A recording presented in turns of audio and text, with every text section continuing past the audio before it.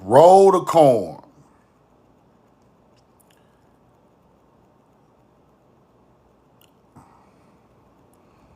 They messing with my live, man. I don't know what's going on, but I'm gonna try to get through it. They messing with my live. I'm gonna try to get through it. Y'all stick with me. Y'all share the live, share the live, share the live. Let's get it back going.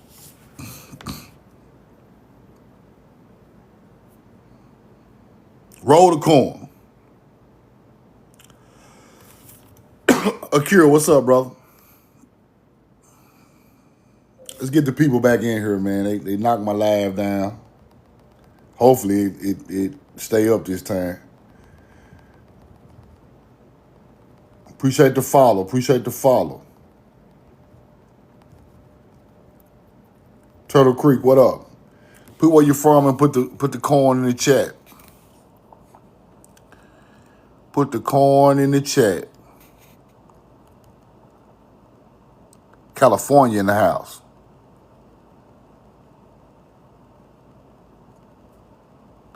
Baltimore, Maryland in the house. New Greg, what now, Greg? What up?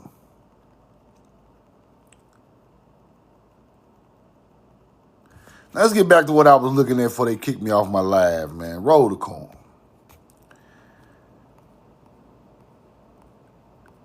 Now I want to show y'all this again. Let's start this over.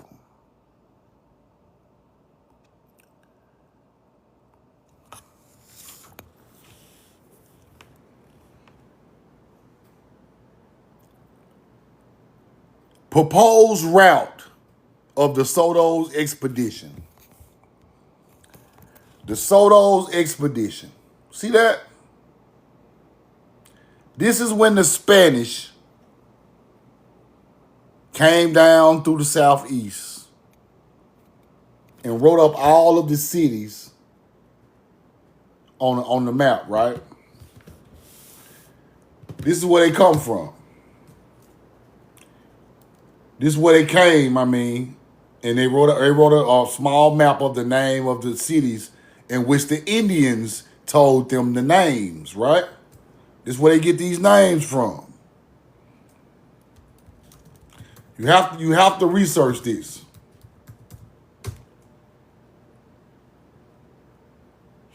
De Soto is coming from Spain. When he lands in the southeast of America, he is writing down everywhere he goes the different tribes and different names, right? Y'all got me? Put some corn in the chat. Put the corn in the chat. Let's get the people back in here. It's like now when I get on TikTok live, the live just stopped. It just shut down sometimes. Now, I don't know why it's doing it, but Atlanta, what up? Y'all get back in here. Get back in here. Get back in here. Share the live. Share the live. Share the live. Share the live. Now, Hernando de Soto is from Spain. He is coming to the southeast of America where our ancestors were still here doing our ancient things. They are putting out the name of our towns on their old map. You see it? De Soto and Company in Florida. Coming all the way up through here, all through Mississippi, all through Alabama, right? Y'all with me? Put the corn in the chat.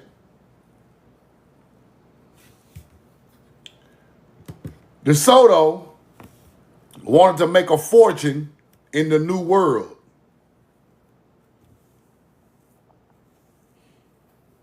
Right? And he had a famous journey through the southeast United States. And I want y'all to understand it. De Soto had a famous journey through the southeast of the United States, right? Let's go look at it.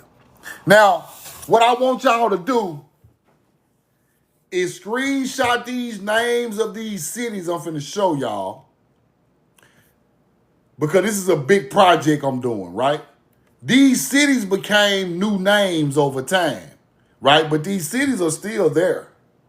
They're just new names, right? They turned to Spanish names, English, French, all these other cultures' names, But there's some homework for y'all, because y'all got to help me, because it's a lot of goddamn towns. It's a lot of towns now. These are towns that, but I want to show y'all what is the origin of the name of these towns. I want to show y'all that. Because this shit is powerful. This is what we need to know. Fuck all that mumbo jumbo shit. This is what we need to know. The original name of these towns in the South. Where they come from. What kind of language is they written in? Because if the town is Hebrew, the name of it, the people is Hebrew. It's just that simple, bro. We ain't gonna make this shit hard. Ain't no Chinese man naming his town Hebrew motherfucking words. He gonna name it Kung Ho. Kung Ho, that's his language. Right? If I name mine Bama, that's my language. Bama is Hebrew. Alabama, Ali, Eli, Bama. Yes. Let's keep going. Let's zoom in.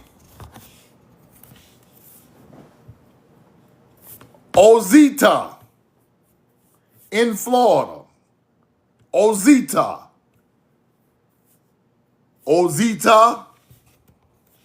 Oz is a Hebrew name. It derived from the Hebrew word Oz, meaning strength or power. The Wizard of Oz, the Yellow Brick Road. Oz is Hebrew. That's where they get this stuff from, right? They ain't just making this stuff up. They make up no languages. They make up no Ozita. Ozi, Hebrew, right? Ta, Hebrew. Ozita, right there. When the man landed in Florida, the Indians told him the name of the city is Ozita. Now, if that ain't Hebrew, I'm a white boy from Switzerland.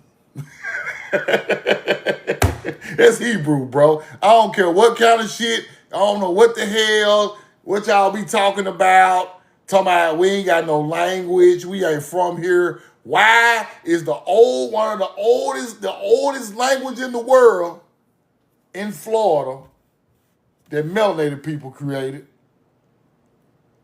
Why is not named no Native American name? Why is it Hebrew? Let's keep going. Luca. We all know the C translates to a K. The C is English, the K is Hebrew. Don't never forget what I'm telling y'all, because this way you decipher this shit in the future. Switch the C with a K every time, and the truth pop out. Luca. Roll the corn. Switch the C with a K. You switch that C with a K, it turns straight to Hebrew. God is my light. You go to town right there. Luca. Switch the C with the K, you get the truth. See it? Roll the corn. Now, all of these words became biblical. Luca is in the Bible. Yes, it is. That's where you get Luke from.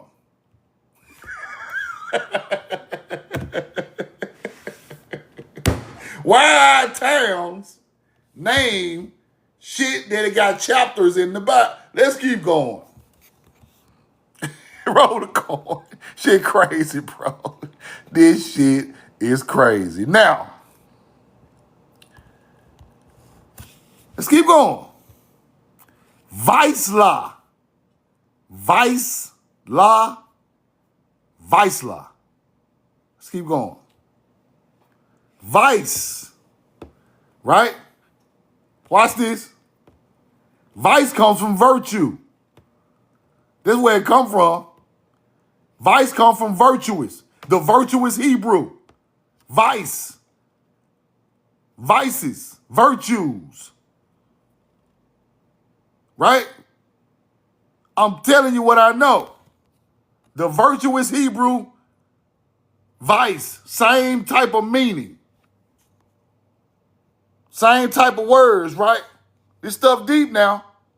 Let's keep going. Roll the corn. I'm going to get back to vice. Vice law. Vice law. I'm going to get back to it.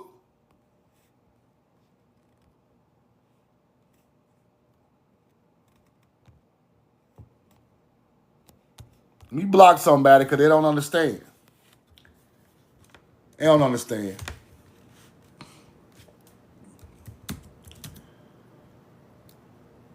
Hold on, let me show y'all something. Show y'all something.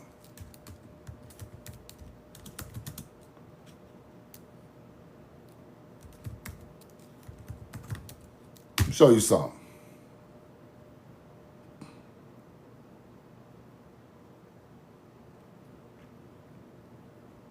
Now, vice and virtue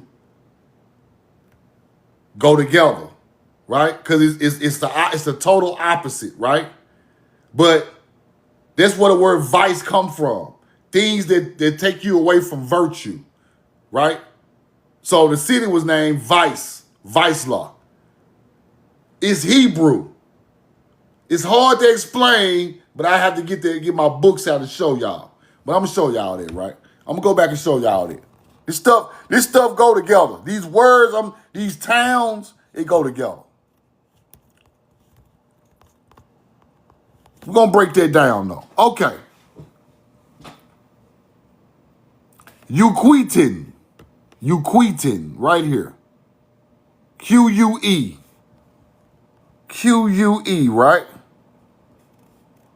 Q-U-E was a name of the Syrian and biblical Hebrew text for the region of Cilicia, a historical area in modern-day Turkey, right? So Q was used in the Middle East for biblical Hebrew texts, right? Let's go look at the name.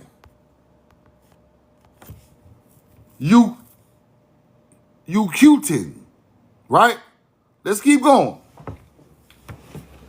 Like some of this stuff is Spanish mixed with old words. It's deep, but we're gonna keep it going. We're gonna keep it going because all this stuff is crazy, right? I'm telling you. Okay. Itara. Holata.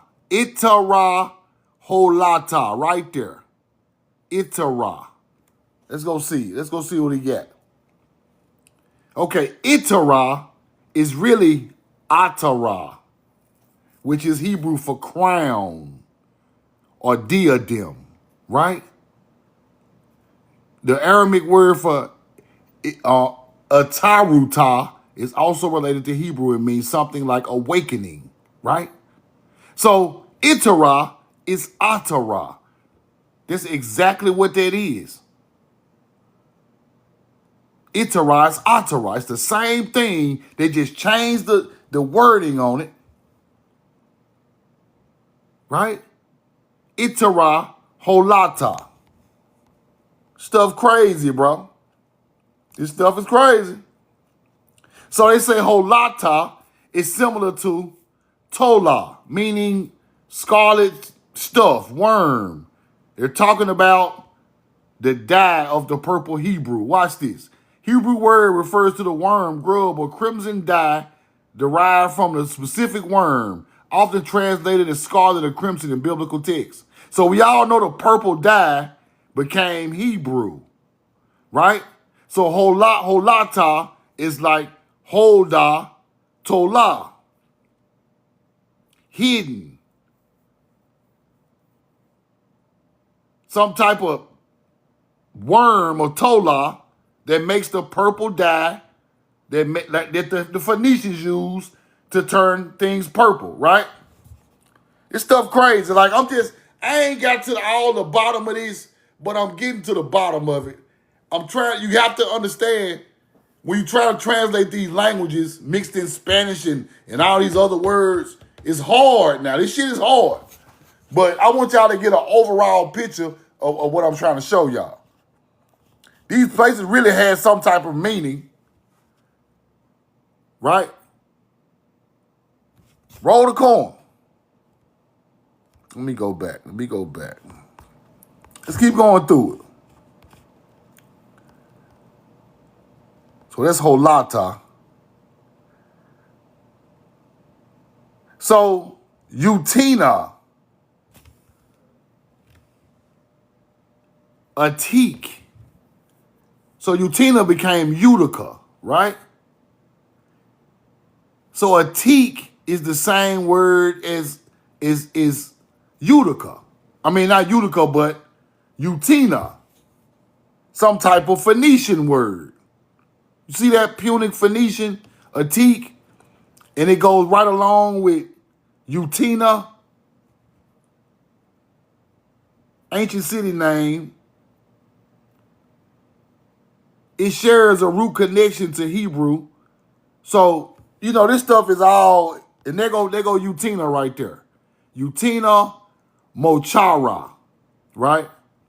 So let's go find the rest of it. Uchara. So Mochara is Mochar in Hebrew. Also confused with the Hebrew word Mochar, which means sold. Mochara, roughly like Makara. So these words got a real meaning, and this stuff is deep, right? So Machar is Hebrew. That's where you get Machara from. So this city right here, Utina Mochara.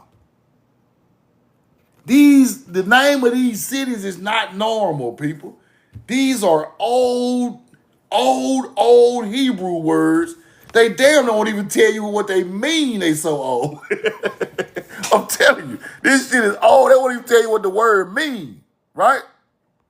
Let's keep going. So where we was at? So we at Mala. Okay. Let's keep going though. Mala Paz. Mala Paz, right there. Mala Paz, right? There go Mala. Can have a Hebrew origin. Fill or to be full. Mala Paz. Mala Paz. Full of gold. Fine gold. Mala. Fill or to be full of gold. Right? See that? Mala Paz. See, this stuff got a real meaning. And it's Hebrew. Wow, we got cities talking about full of gold. We got other cities talking about crowning some type of people. This stuff is deep, bro. This stuff is deep. This stuff is crazy. I've been going through this stuff all day, just trying to get a couple of cities together, right? Just trying to give y'all some type of explanation for some of them, because this stuff is wild. Now, Uriu, Tina. Uriutina. You see it? URI. Watch this. URI. All Hebrew origins. Urea. You see that? Uri. Hebrew name that means my light, my flame. Tina. Hebrew female given name. Uritina. Right? Right here. Uri. Right here. Uriutia. So this stuff is based in Hebrew. This is what De Soto wrote down when he came to America now. I ain't trying to perfectly explain the word, because these words are all mixed and scrambled with Spanish and Hebrew, and they spelled fucked up. I'm just trying to give you the basis of what kind of language was here. Yeah, y'all help me out. I'm showing it to you. Y'all help me out. This shit is not sweet, like, because it's so hidden, right? Now, where we was at? Okay. Let's keep going. I see Lee, I Sal, whichever way they say it. I see or I see Lee or Sal, right there. ASILE, right? ASILE. A, right there. Hebrew origins. Healer or doctor. I see Lee, right? I see Lee. Lee, pronounced to, for, of a doctor, for a doctor, to a doctor. It's something like that. To a healer, to a doctor. You see what I'm saying? I see Lee. To a doctor, for a healer, to a healer, of a healer. Right? Right there. Hebrew. Let's go back. I see Lee. Put the coin in the chat. You see what I'm going with this, bro. Put the coin in the chat. You see where I'm going with this? This stuff, I ain't got it perfect, but y'all see what I'm going with this, right? These are Hebrew words, bro. These our people shit. Ain't no way around it. This ain't no Jacksonville and Miami and all that shit. They try to switch the names and Tallahassee, and these the real words, or close to the real words. All Hebrew. Every last one of them got a Hebrew adjective in it. Every last one of them. Then they change it, and it starts turning into new words with a little bit of this in there. But you can never figure it out because they switched the whole word, right? Shit wild now.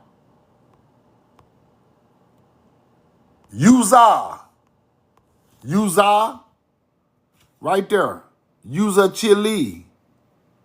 Uza chill, a child. Uza chili. UZA. That's the first syllable. UZA is Hebrew name, and it means strength. You see it? Strength, or my strength. Uza. Stuff crazy, man. Uza. You see it?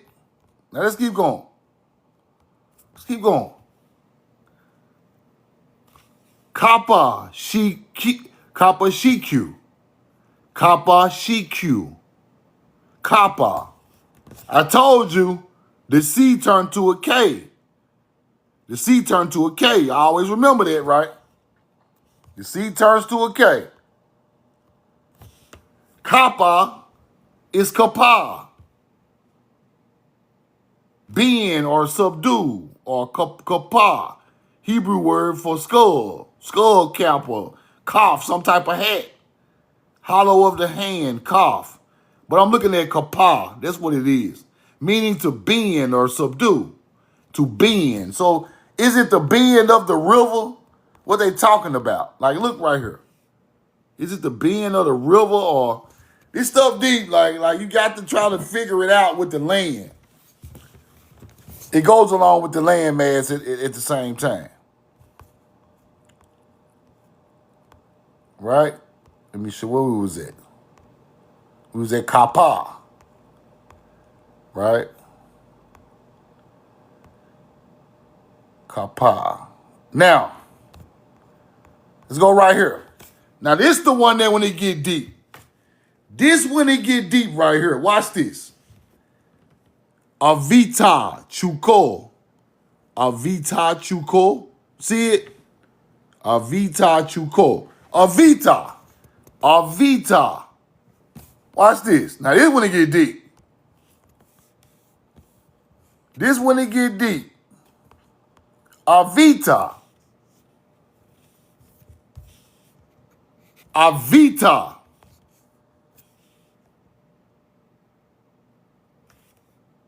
Ivrit is the Hebrew word for the Hebrew language. Ivrit turned to the word Hebrew when it went across the waters. Ivrit specifically refers to the revived modern form of the language spoken today in Israel. Ivrit. Ivri is linked to the biblical figure Eber, who crossed over. Ivri became Hebrew. Why is that word connected to this right here?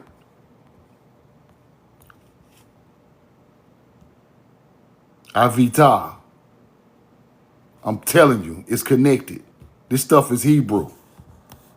This stuff is Hebrew. I'm telling you. This shit is crazy. It's crazy now. Roll the corn. Let's keep going. Let's go to Alabama. Hold on, let me see something. Let's go to Alabama. The top of Georgia, Tennessee, Tally.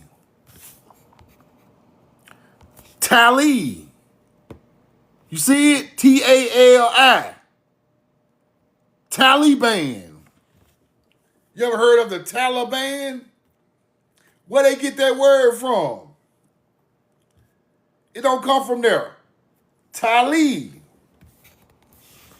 Tali is a Hebrew name with multiple meanings. Do, my lamb.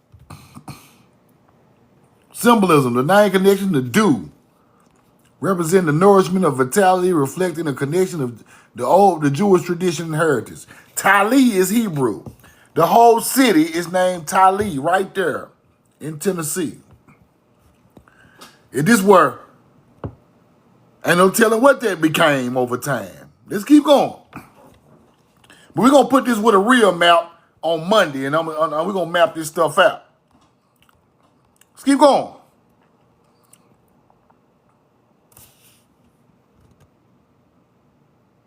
Itaba.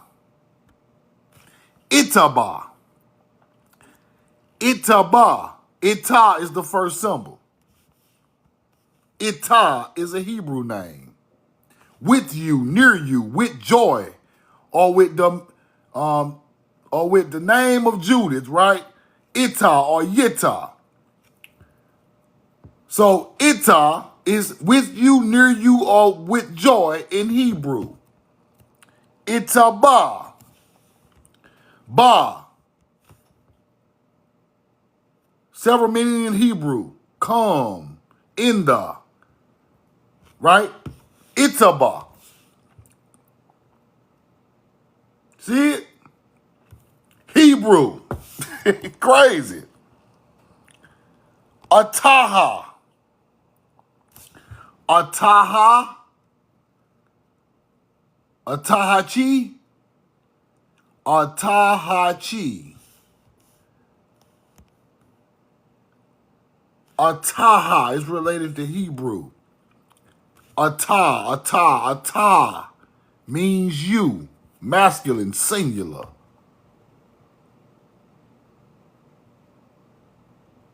Itabina, you exactly right, Big C. You exactly right. Itabina. You see what I'm saying, Big C? Yeah, Itabina, Mississippi. Bro, y'all, this shit is Hebrew. It right in our face. This shit right in our face. It's right in our face. Let's keep going. Let's keep going.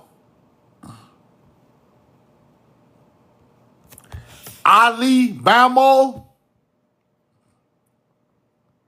Alabama. Alabama. They keep going. Ali. Aliyah, Ayali. Root words for El, a yield, meaning my God, a God is exhausted, an oak tree. Hebrew, Ali, Ayali, right? Right there. Ali Bamo. Let's go find Bamo.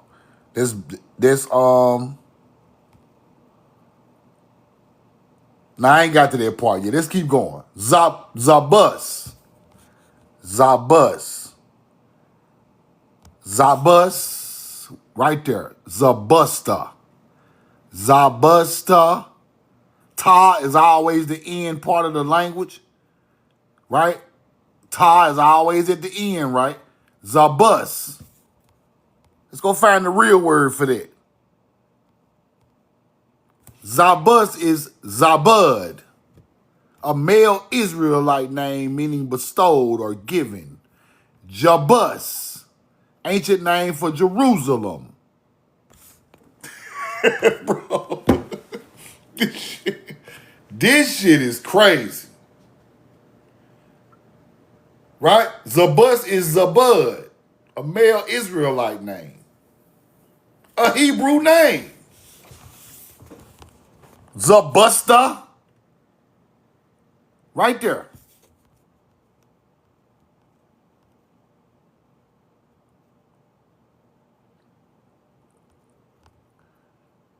Hold on, let me go back.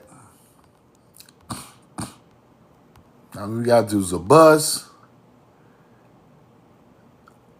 Apapha. Apapha and Sachu. Okay, Apapha. Where we got that at? Right there. Apapha. Laya. Apapha. Okay, let's see what that is. That's looking like. Apapha. They say Apapha is linked to the Hebrew word Yafa. Right? Very similar pronunciation and meaning. Yafa. Yafa. Apapha. To shine forth. Yafa is to shine forth. Right? Glory shining from Mount Sinai or Zion. This is crazy, bro. This crazy. This crazy. Let's keep going. See, only reason I'm doing this, I know I sound crazy with all these different words and all this, bro, but this is how you start to understand the meaning of words, bro. And the meaning of what this stuff really mean. Y'all done heard this stuff before. Y'all done seen some of these syllables before. Like dude just said Itabina in the chat. And we got Ita, right? So we got to start somewhere to start understanding our original languages and words. And I might sound like a fucking psycho, but I got to break these words down. Somebody got to decipher this shit. Somebody got to start learning the real names of these lands before they change the name 4 and 5 times, bro. Because when we tell people that Hebrews was here, we can't teach you that without telling you the name of the city was Hebrew. See what I'm saying? We be trying to prove stuff that we don't have the receipts for, right? We got to have the receipts. Bro, this the name of the tribe. This the name of the city. All of it is Hebrew, bro. Native American won't even play with you no more. Like nobody will play with you if you be like, bro, this city was once named this right here, bro. This ain't the original name, big dog. This city is Atahachi. They don't expect you to say that. Ataha. Damn Hebrew. Atah is atah. Hebrew word. Come on, man. Blessed are you, the eternal. In the Bible, Baruch atah Adonai. Where you think they got this language from? That language came from here, bro. Why we still speaking this same language in the 1500s? I'm showing you a map of when the Soto came. The name still was Hebrew over here. This shit is powerful. This is some of the most powerful information you gonna ever see. I'm telling y'all. When them people came over here, the names was still Hebrew, bro.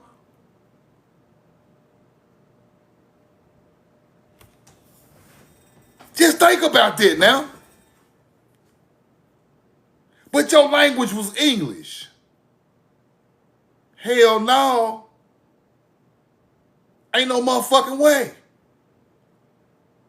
If the cities are named Hebrew names, therefore you were speaking Hebrew all the way into the 1500s, people. This ain't number 500 years ago. Your fucking ancestor was speaking Hebrew 500 years. Hebrew had died over there, damn near, people. We spoke it up from when it was created all the way to the 1500s.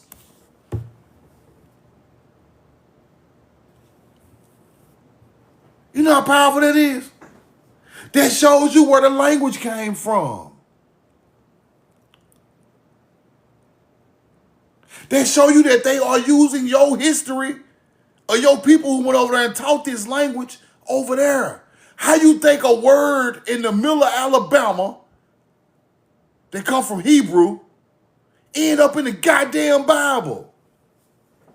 Now Jewish people using your shit. How you think it got there?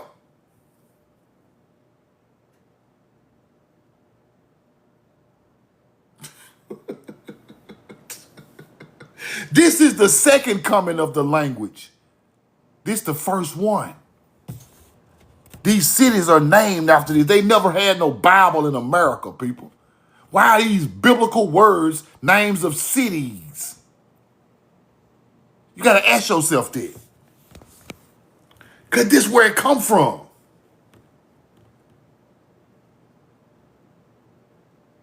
This is where it come from. Adolf Hitler said melanated people in America are the real jewels of God. He knew who you was. Bro, this is, let's keep going. Let's keep going. That's wild. Let's keep going. Sachu came from Sachu. S-A-C-C-H-U, Hebrew word that means similar to Shachu. Swimming or to swim in. Swimming or to swim in. Okay. What that is right there? What's that? Sachuma, coming from Sachu with one C or one K, probably was S-A-K-H-U. Let's go look again. Roll the call. Sachu, the Hebrew word that sounds similar is Sachu. Swim. Bro, these cities name Hebrew words, bro. Look at that right there. Right there in the middle of the goddamn Alabama-Mississippi state line.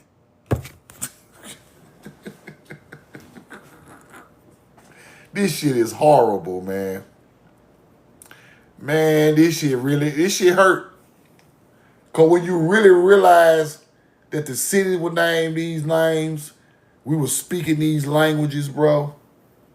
We never had been fucked with until the 14 and 1500s. We were still speaking Hebrew on the land, living in peace, bro. 500 years ago.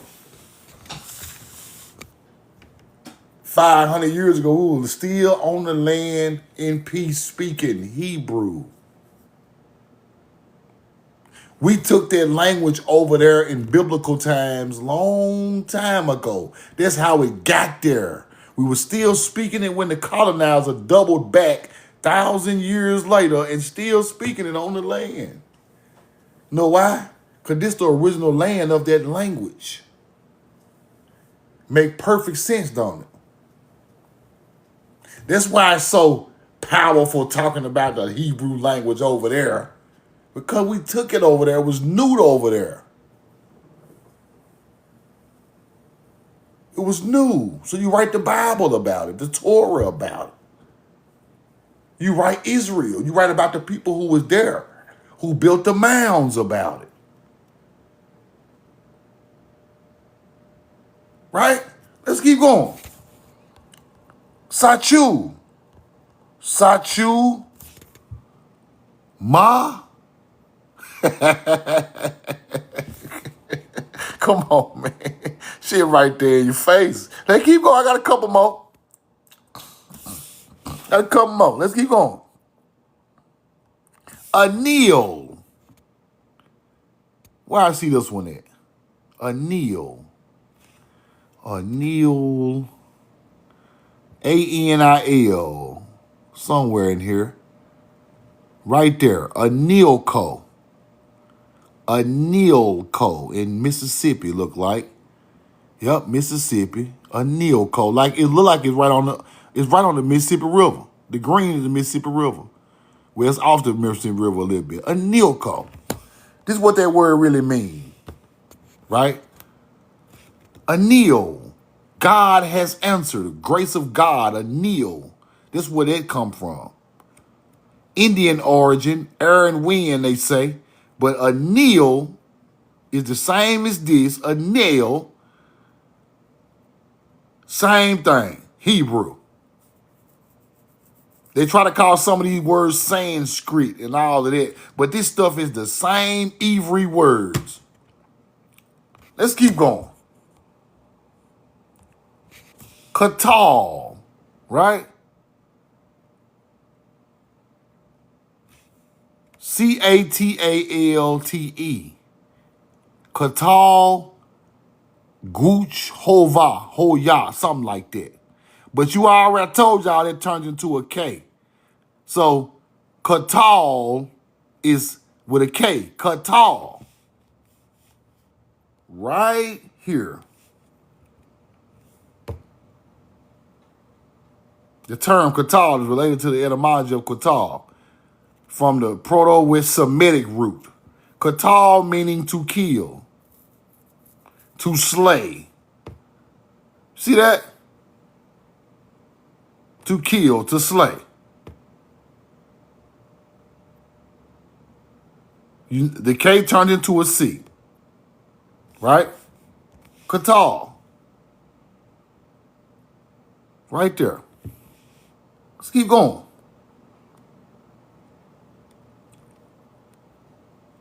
CAS. C-A-S. It was one on here with the C-A-S to it. Right there. CAS-Q. CAS-Q. Right there. CAS-Q. CAS. Hebrew origin. Right? Shield of God or something like that. Well, CAS is short form for origins. Right? Hebrew connection come from the name Castiel. Shield of God or my cover is God. Something like that. So CAS is come from Hebrew origin. CAS-Q. See it right there? CAS-Q.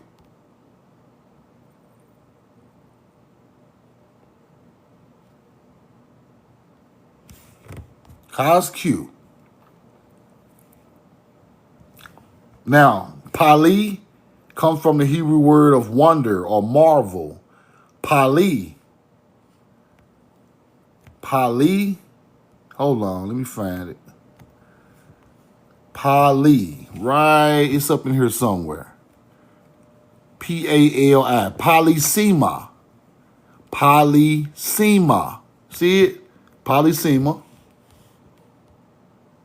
We got Pali comes from the Hebrew word wonder or marvel, right? Polysema. I forgot to check sema out. Let me see something.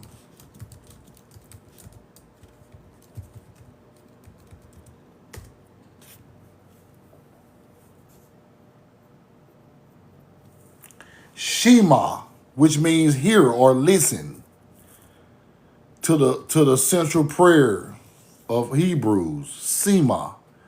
So polysema, right? Wonder, marvel, some type of hear or listen, a central prayer of a wonder or marvel, something like that.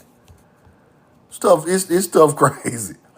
Tani, right? T-A-N-I. T-A-N-I. It's a city, start with that somewhere in here.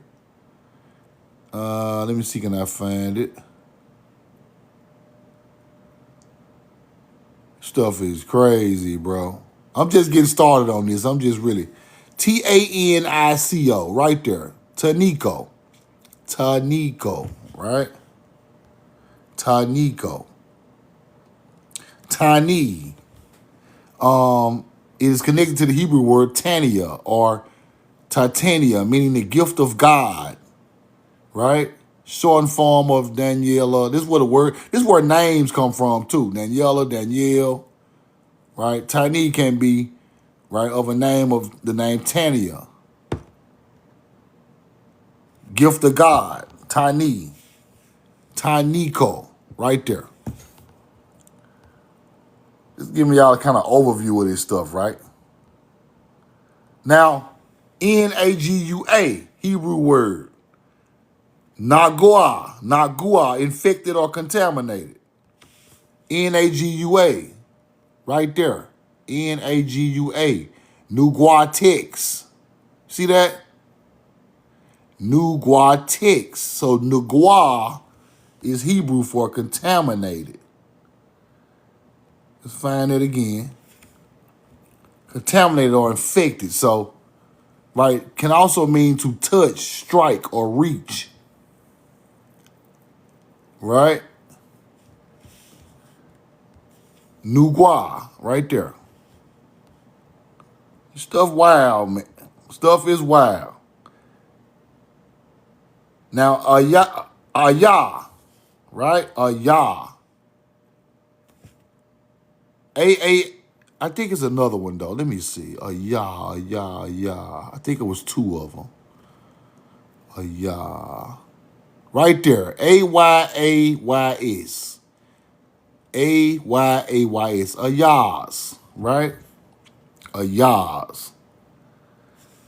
Standard. It's not a standard Hebrew, but it say it's similar to the word ayah, right? A yin. A yin is ancient Hebrew. A yin, aspring, ayah, ayath, an ancient Canaanite city, an ancient Canaanite city, ayath, ayah, a yin, ayahs. Ancient Canaanite city right off the Mississippi River. I'm going to stop right there. This is a lot. I know these words about to drive y'all crazy, but they about to drive me crazy too. But what you must know is,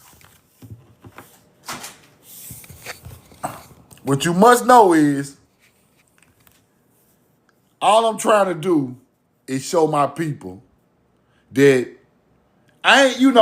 it's not about being perfect, right? I want people to understand that while we learning this stuff, it ain't about being perfect. It ain't about trying to act like you know all the words, because I don't, right? I'm not trying to act like none of it. I'm just trying to first show myself and people that these original cities are Hebrew names. That's all I want you to know first, right? Because when I get these receipts, I put them in a study file on my computer, and I go back and I learn what the word means through all of the etymology, right? But my first point is to make This is Hebrew, bro. In the 1500s. In America. And we supposed to be fucking slaves. Now see why other people teaching the slave narrative. We know the truth now teaching you that before you became a prisoners of war, somebody came and fuck with you on your land, you was a Hebrew. You get it? The greatest people on the face of the earth. Untouched. The ones went to Israel and the Mediterranean Sea and Egypt were touched. Unalived. Information taken. Blood mixed in with hunter-gatherers. You get it now? The Hebrew blood that left the Mississippi River and went as a Phoenician or a Cretan or a Armenian to the other side of the world are the people that took this language over there. You get it? You never left. You was always at home. This is the biggest lie of world history. This is the biggest cover-up. Fuck an alien cover-up. Fuck all that UFO and unidentified. Fuck all that. This the biggest cover-up that has ever happened on the face of the earth. Why in the fuck is the name of a city in Mississippi matching up with Canaan?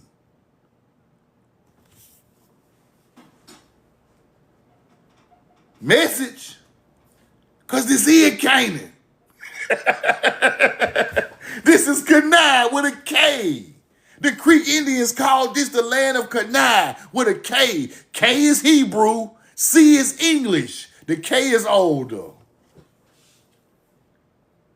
The Creek Indians called Alabama a high place. Alabama is a high place. Alabama. Alabama. Bama means high place in Hebrew. It's a connection there, people. This shit is connected, all of it. It's all connected. Switch that C with a K every time, then translate it. So,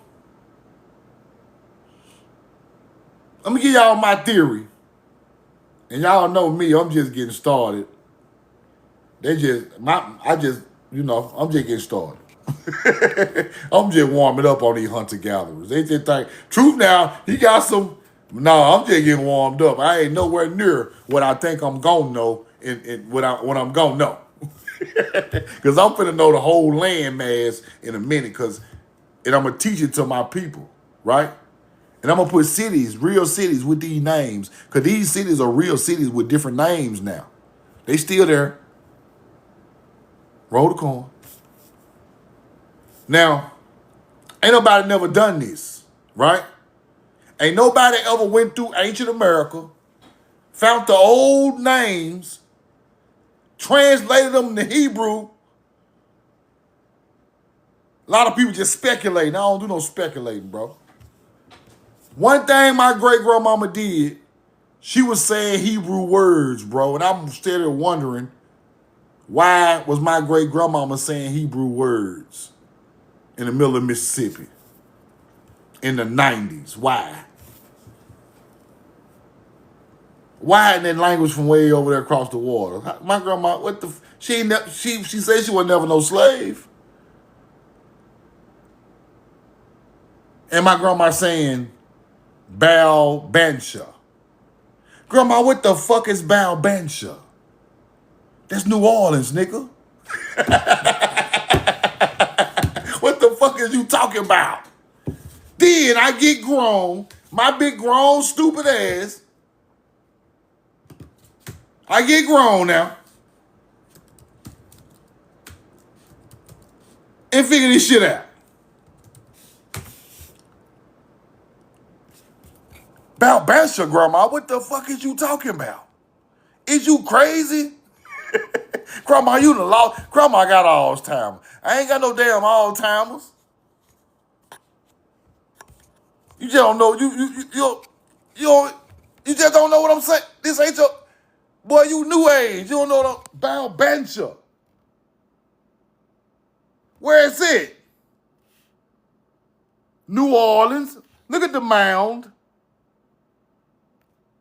Why am my grandma saying Bow, not with a V, with an A. Bow Bencher. New Orleans. Grandma, what you talking about, New Orleans? Why is grandma calling New Orleans Bow Bencher? What the fuck? I ain't never heard no shit like that before. Okay. Then you break the word down. Bow is bail. Got to be. Owner, master, right? Ban. B-A-N in Hebrew. Baal Bencher? Hold on. And I'm going to show y'all what it means too. So ban means prohibited, forbid. It's taboo. Right? This Hebrew now. Then you go Shah, like Shatta, Baal Ben Shah. Shah in Hebrew is C-H-A-I, which means life. But when you put Baal Ben Shah together, this is what they were saying. Watch this. This one I knew our people were speaking Hebrew. Now look what tribe it come from now. Baal Ben Shah, Choctaw word. But that's Hebrew. It can't be Choctaw and Hebrew at the same motherfucking time. It was Hebrew before it became Choctaw or Choctaw. See, we got to go way back. Not just Indian back. We got to go back farther than that. If Baal Ben Shah is a Choctaw word, that means Choctaws is speaking what? What they speaking, y'all? Put in the chat. What Choctaw speaking? Before it was a Choctaw language, what was it? Hebrew. That's when I figured it out. The place of many languages. Baal Ben Shah. So our ancestors knew, okay, let's get deep.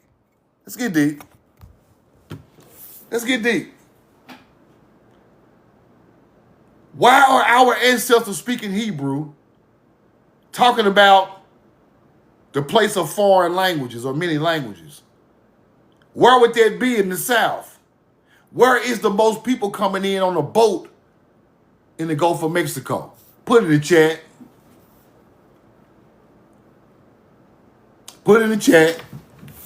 Yes, the black and mild. I'm a tobacco smoking Indian. Roll the corn. New Orleans. The place of many languages. New Orleans. This common sense. You got French. You got Spanish. You got the indigenous language. New Orleans is the place of many languages. Let's keep thinking. Why would my great-grandmama call New Orleans a place of many languages? Them ain't her original languages. This is what the languages, our people knew the languages were getting mixed down there. Our people knew the languages was getting mixed in Baal Ben Shah. That's why they called it that. The place of many languages. The place of many tongues. Because the French down there. The Spanish down there. Right? The French quarters. The languages are mixing in New Orleans. Therefore, my Mississippi ancestor is talking about the place of many tongues down there in Louisiana called Baal Ben Shah. And it ain't no motherfucking Choctaw. That's Hebrew. It became Choctaw. Soto. Right? You starting to understand your history now? You was a damn Hebrew, then you became an American tribe, Indian tribe. This shit way deeper than what you think it is. It's way deeper than what you think it is. Right? Roll the corn. Now,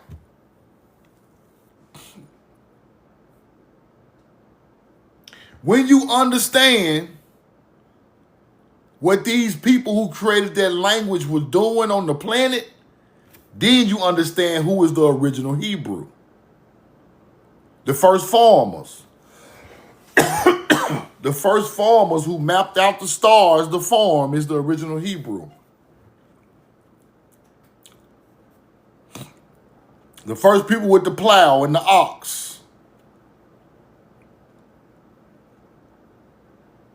You get it now? The first virtuous people was the people growing crops in the South on the Mississippi River. Those are the mound builders. Mound builders are buried with all of ancient agriculture tools, people. Older than Egypt. You think I'm playing? Hunter-gatherers know. Hunter-gatherers know how old your shit is. Hunter-gatherers know how old your shit is. When you don't even know. Hunter-gatherers gonna tell you. Let me show you. Hunter-gatherers know. Watch this.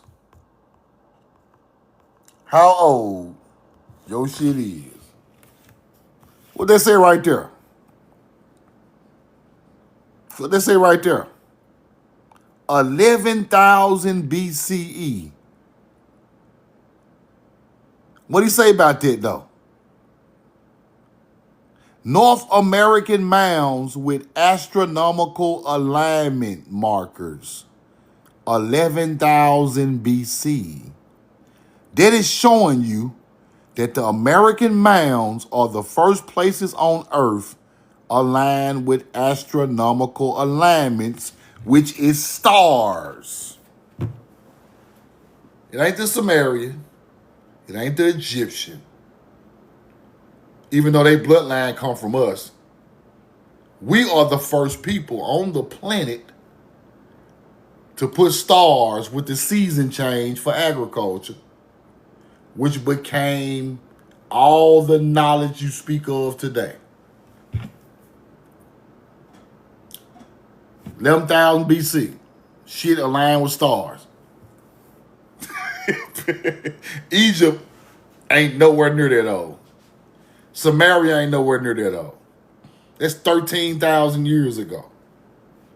Samaria not that old. They after us. They our bloodline who went over there.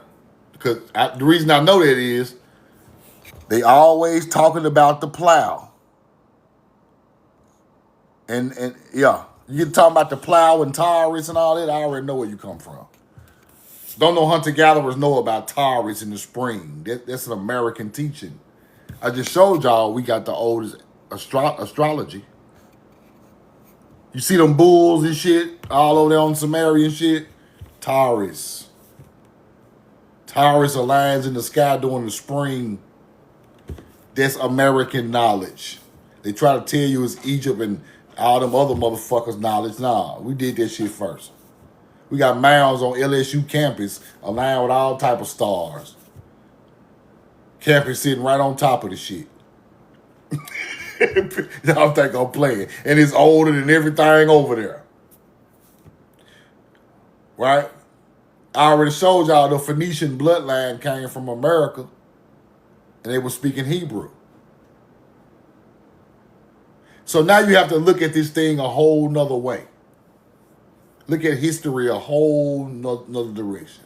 The way you look at it is the language came from here. Semitic languages came from here and went over there. Not Semitic languages start over there and came. No. It left here and went there. Yes, mounds on Berkeley campus. Yeah. Yeah, mounds everywhere. Roll the corn. Your ancestors. Your ancient ancestors. Because when they go in the mounds, they so old, the bones just poof be gone. Right? You got the Mississippian up here. We going back, right? We going way back. Paleo Indians speak Paleo Hebrew. Way back in 10,000 BC or better. Baton Rouge, LSU campus. Oldest man-made structure in America. That's what they say. Might be way older than that, but they ain't gonna tell you. Right? We evolved all the way up. They became the Mississippians. Göbekli Tepe is a spot that our people built. Because Göbekli Tepe got astrology on it. Any ancient astrology that old started over here. So the bloodline from here built Göbekli Tepe. It's a panther over there, bro. Let me show you something. See, this is the type of shit you need to know.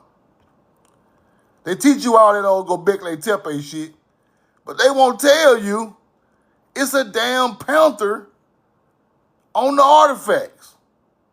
Let me show you. Hope I can find it today. They go to bull right there and Göbekli Tepe. Now this Galilee, I'm tripping. But there's a panther in Göbekli Tepe, right? Don't no panther come from no Africa, bro. Let me show you something. Let me teach. Panther. Göbekli Tepe. Let me show you who built that. Real quick. It don't supposed to be there. Panthers are not from there. Right? It do not supposed to be there. Look at it right here. Wow. Look at it right here. Hold on. Let me show you something. Roll the corn. Let me show you something. Watch this.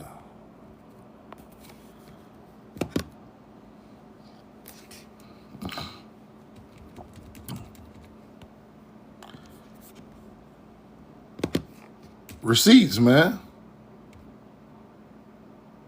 Look at that. Göbekli Tepe now. Look at the top. That's where we at. Göbekli Tepe. What would they say? Lion or panther? Göbekli Tepe, southeastern Turkey. Ain't no panther from Turkey. Not that old. Like, what the hell is this? That animal is not over there during that time. Talking about a lion or a panther. Panthers are American, right? American animals. And we all knew lions was on the Mississippi River 10,000 years ago too. So it wasn't no panther in Turkey talking about no 13,000. No. This somebody traveling already, bro. Building up these astronomical sites on other people's land. That's what's going on. They try to teach you that this type of teaching was coming from a whole lot of different civilizations. But it can't be. It can't be true. You can't have two civilizations that never came in contact doing the same type of artifacts on the other side of the world. That's impossible. It's impossible. No matter how we think we know everything, we don't, bro. There is one type of people doing this type of stuff that old. Right? One type. Ain't no two different cultures putting the same panther and the same corn in their hand And no, hell no. Ain't no way. The same triangle with the circle, same Mississippian symbol, same everything, right? Ain't no way. It's impossible. Not that far back in history. When you get to 4,000 BC, ain't number one people doing the same thing. It's the same bloodline.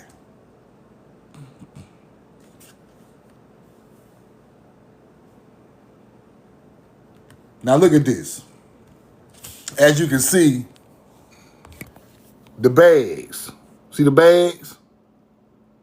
The bags, just like the bag of the Sumerian, just like the bag of the statues in America.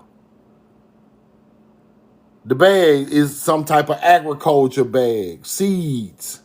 That's what that stands for. This stuff here is star constellation work, Aguila, and stuff like that. Aguila and the Neb and shit like that. That's what this shit mean right here.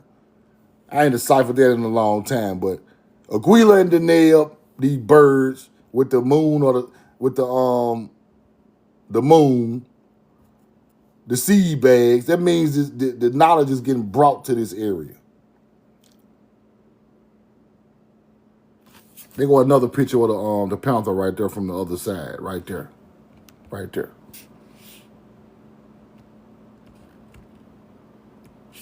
Let me get over here. Hold on.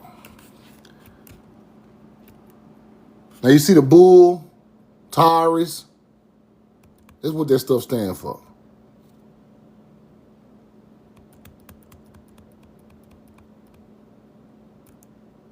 So when you see ancient, they look like a boar or something right there, but when you see ancient astrology,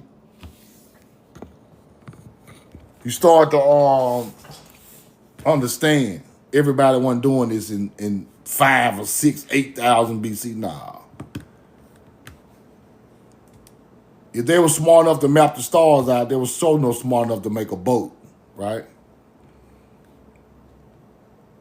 So smart enough to make a boat.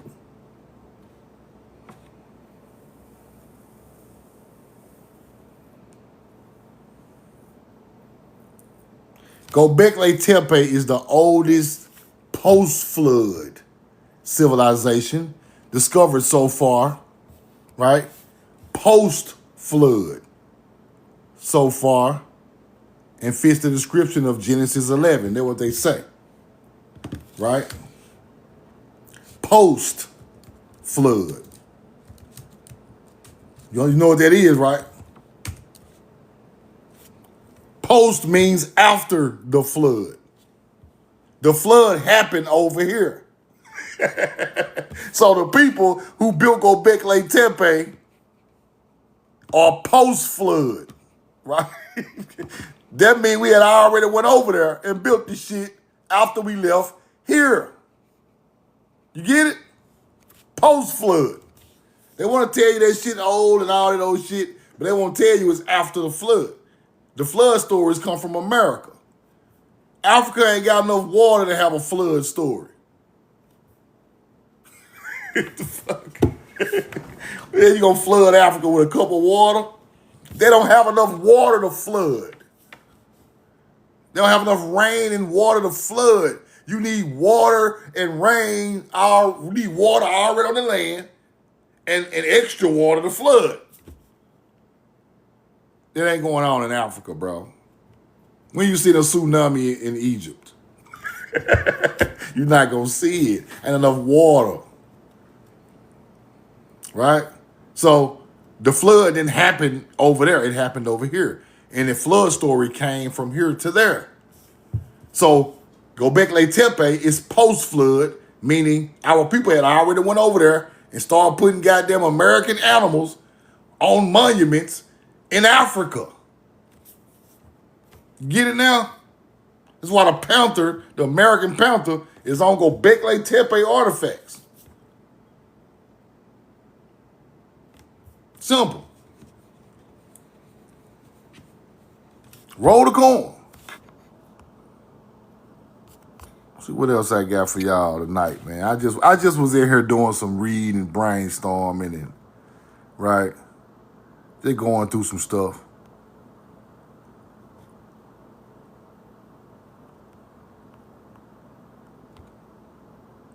Then you start to understand, right? Then you get the whole picture. Dagon is a Hebrew word. Dogon and Dagon is Hebrew for corn. So you see the Sumerian with the Dogon tribe. Man, these people lied out my people so much, this shit sound like I'm tripping, but I'm telling y'all the truth. What's the name of the tribe that built Gobekli Tepe? They say. The Dogon, right? Dogon, Dagon. Them our people, bro. Trying to act like they built that shit over there. That's our shit. Naming the people the Dogon. Oh, the Dogon, you hear Billy Carson. The Dogon tribe knew about Sirius A and Sirius B. Yes, the hell they did know about it. Because our people went over there and taught there, we mixed with them people.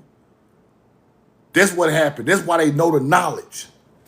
Ancient astrologers had already came there and taught them that in that area in Africa. Right? And they still using our goddamn name. Why they still using our name if they from Africa? Because Dogon ain't from Africa. Dagon ain't from Africa. That further lets you know the Sumerian bloodline or the Ubaid bloodline is not from Africa. They are coming over there because their god is Dagon. Right? Am I lying? It's right there in your face. Roll the corn.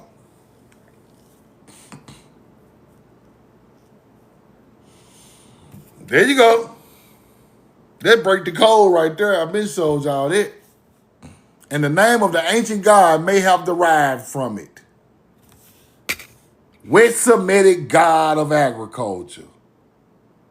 West Semitic god of agriculture from the West, from America. A deity, Dagon. Shit don't come from the Middle East. Then it's Hebrew. Everything I just taught y'all, same shit. It's Hebrew, it's from here, and it means corn. That's all you need to know. Corn from here, Hebrew from here, and the gods of the damn Sumerian is our people. That's what they're talking about. We put their knowledge over there. Post-flood. Now, the flood story came with the people who came over there. That's why they still talking about the flood. Because we taught them about the flood from our ancient land. The Egyptian is telling you their ancestors come from the West. Western Semitic ancestor.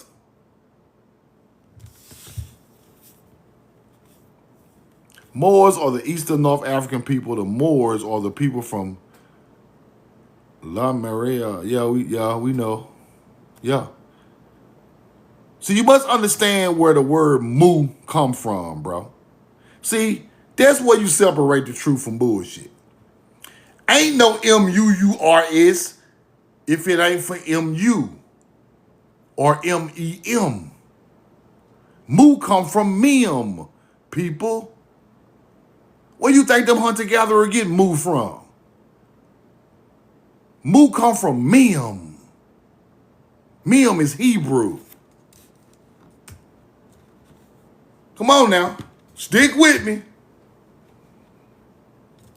Mem is mu.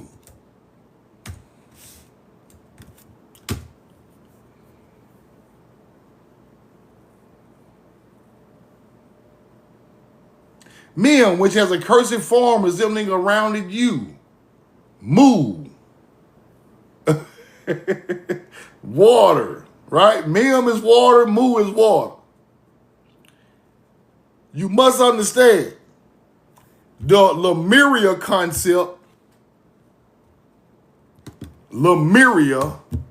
concept comes from Mem concept, right?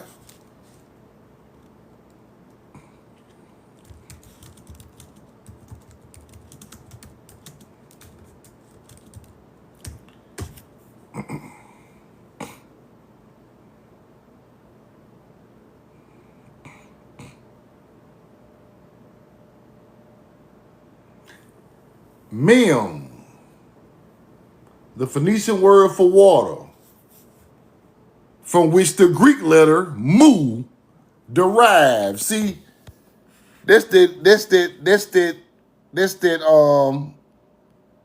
Greek shit. You know what I'm saying? The Greeks came up with all that Lemuria shit, Atlantis shit, because they hunter gatherers, right? Y'all don't believe in no damn. The letter Mem is indeed the predecessor to Mu. Mem is the Phoenician word for water, from which the Greek letter Mu was derived. Mu is the 12th letter of the Greek alphabet derived from the Phoenician Mem. There you go. You get it now? When they calling you Moors, Muurs, they calling you the water Hebrews. The water Ivry. That's what they really calling your ass. They ain't calling your ass no Moors for nothing. That's a slang word for Mem. Memphis. Come on now.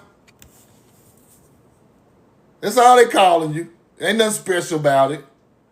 All of it go together.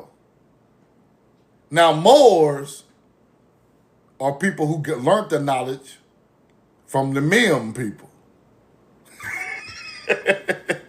Because Berbers learned from Phoenicians. Took their mother goddess, took their language, adopted their language, everything. But the problem is y'all want to teach more Berber or Moorish knowledge that comes after the original people. That's my problem with y'all. Quit acting like the original people when y'all learned it from somebody greater than y'all, right? Even though they might have got mixed in your bloodline somewhere, that's fine. But it still ain't original. I deal with original shit, right? Phoenician, 100% Hebrew. Berber mixed with a Phoenician, mixed with a hunter-gatherer. See, it's a lot of mixing. And I ain't with this shit. So when the bloodlines get mixed, that's when they start carrying a coat of arms, right? Berbers start carrying a coat of arms. This is where the coat of arms start coming in. When our bloodlines mix with their bloodlines over there, and they carry the coat of arms, still trying to hold the bloodline of the original kings, the original royalty. See, the original royalty is our bloodline. That's what they want to teach you. The original royalty is our bloodline from America. Then it mixed with theirs and they carry a coat of arms to try to hold on to the drop of blood they do have when somebody from their people mixed with our people. They carried it on, right? And those are the bloodlines that became the people who become all these other Muslim type tribes and stuff like that. Well, Muslim type people, North African Moors, right? They had a piece of our blood. I ain't gonna lie. I ain't gonna say we're not connected to them at all, because we taught them. So, but their ways contradicted our ways. Same way it happened in Egypt, right? Everything was nature-based, and then here you come with all this God work. Pharaohs is gods, and people getting egos. it started to mess the history up, right? The original people had no idols, and they all worked together. Then later on, once the bloodlines mixed, people started getting enslaved. People started getting taught that there was 15 or 20 different gods, right? And then you get the truth. But our original bloodline had no idols. It was all nature. All nature.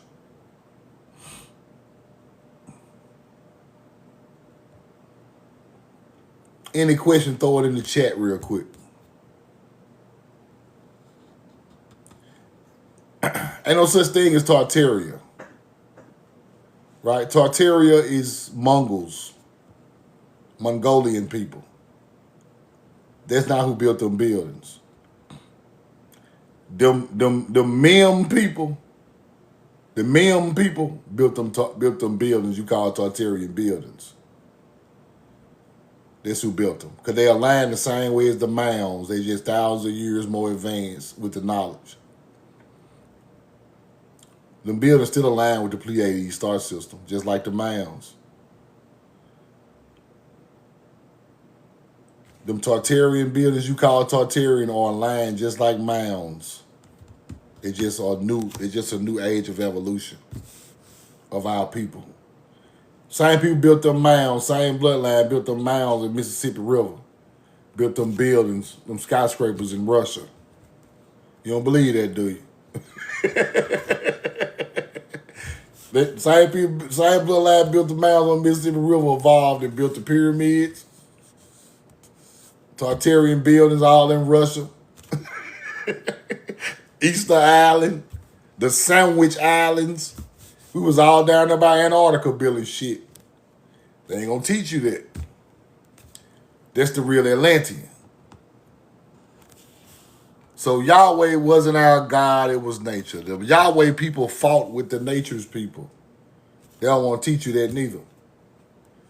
The Yahweh people always got into it with the nature's people, the self-sufficient people. See, when religion came, they wanted you to give all grace to God. They didn't want you to give all grace to the knowledge your ancestors gave you, self-sufficiency. They want you to give it to some type of entity. So the people start beefing. Yahweh believers and nature self-sufficient first Hebrew believers. You see who won, right? See who won, CC? The religious people won. The Yahwehs and the Jesuses, they won. They wiped down Europe and Africa. So now anything of nature becomes witchcraft. It becomes unholy. It becomes evil. It becomes, don't you do it or we're going to hang you. Don't let nobody see you doing none of that hoodoo. Yeah, you finna get out of here. You have to rule with an iron fist when it comes to that information because they didn't want that nature information out, right? You can monetize a god. You can control power with a god, right? You can control it. Change all our old buildings into churches. Turn all our old monuments into spiritual places. Start charging people to come up in there. Put something in the plate. Same. It's sad, but I be laughing to keep from crying, but I'm telling y'all the truth. A lot of them old Catholic cathedrals are our old buildings. Turned into religious buildings. Some of them buildings are still aligned with the soldiers and the equinoxes. Just like pyramids, just like mounds. You can go in some of these Catholic churches and on the summer solstice, the light hit the floor right in the middle of it. Think I'm bullshitting, don't you? Same way it light up on the top of the pyramid in Egypt, it light up through the window of the cathedral and light up a spot on the floor.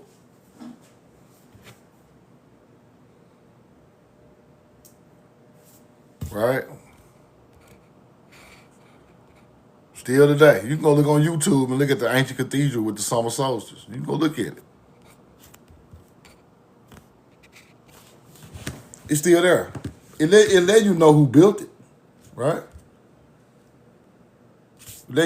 It's still there. It let you know who built it. Let me show you.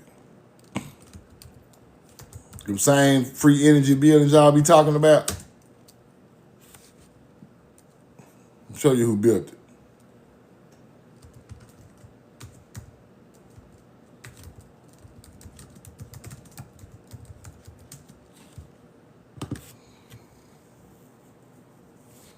Here's what I want y'all to realize right here. Some cathedrals are aligned with the summer solstice using celestial alignments for symbolic or structural purposes. The Chartres Cathedral, which is oriented toward the summer solstice sunrise. St. John Basilica, Newfoundland, sunrise on the winter solstice, sunset on the summer solstice, aligned with specific stained glass windows. Light comes through the window, lights up a certain part of the church for the summer solstice. Now, why is that important? Why is that important? That lets you know what the building was first there for, right? When anything aligned with the summer solstice, what is it for, people? What is it showing you what time it is? Put it in the chat.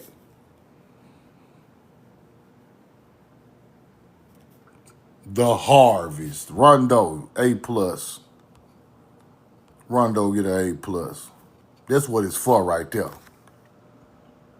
The harvest. Same way Egypt had it aligned for the harvest. Same way the mound builders had it aligned for the harvest. Same people.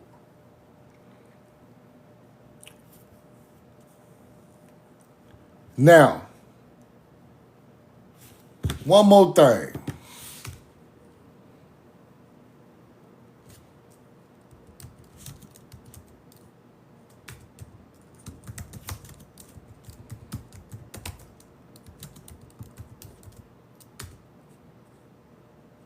Let me show y'all one more thing.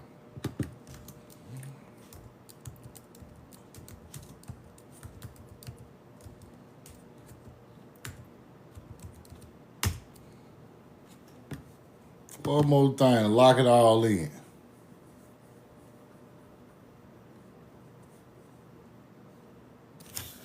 Watch this now. This is what the Hebrew did. It was aligned with the summer solstice. Some of them served as a storage. Hold on, let me make sure y'all can see it. Storage and community hubs that were likely used for storage. These structures often built with a deep understanding of astronomy and architecture were used to mark the seasons, facilitate religious ceremonies, and regulate agricultural cycles. Now, that's not religion, right? Religion ain't got nothing to do with the change of seasons. That's what they told us a long time ago, right? Regulate agriculture cycles. Storages. Now, why do you have storages aligned with the summer solstice? What you finna put up in there, people? Crops. You finna put crops up in there. Right? You finna feed your people. Right? This is the big storage room so we won't starve in the winter. Make a lot of sense, right? It's aligned with the soldiers and it got storage rooms in it. What they storing? What they passing out when people get hungry up in there? Huh? Corn. I'm just bullshit. But they passing out food, right? Yeah, most likely it's corn, Mika. Because corn is in some of the architecture in some of these buildings that they call cathedrals aligned with the summer solstice. It still got corn in the window, in the seal, way over there in Switzerland somewhere. Corn don't even supposed to be there.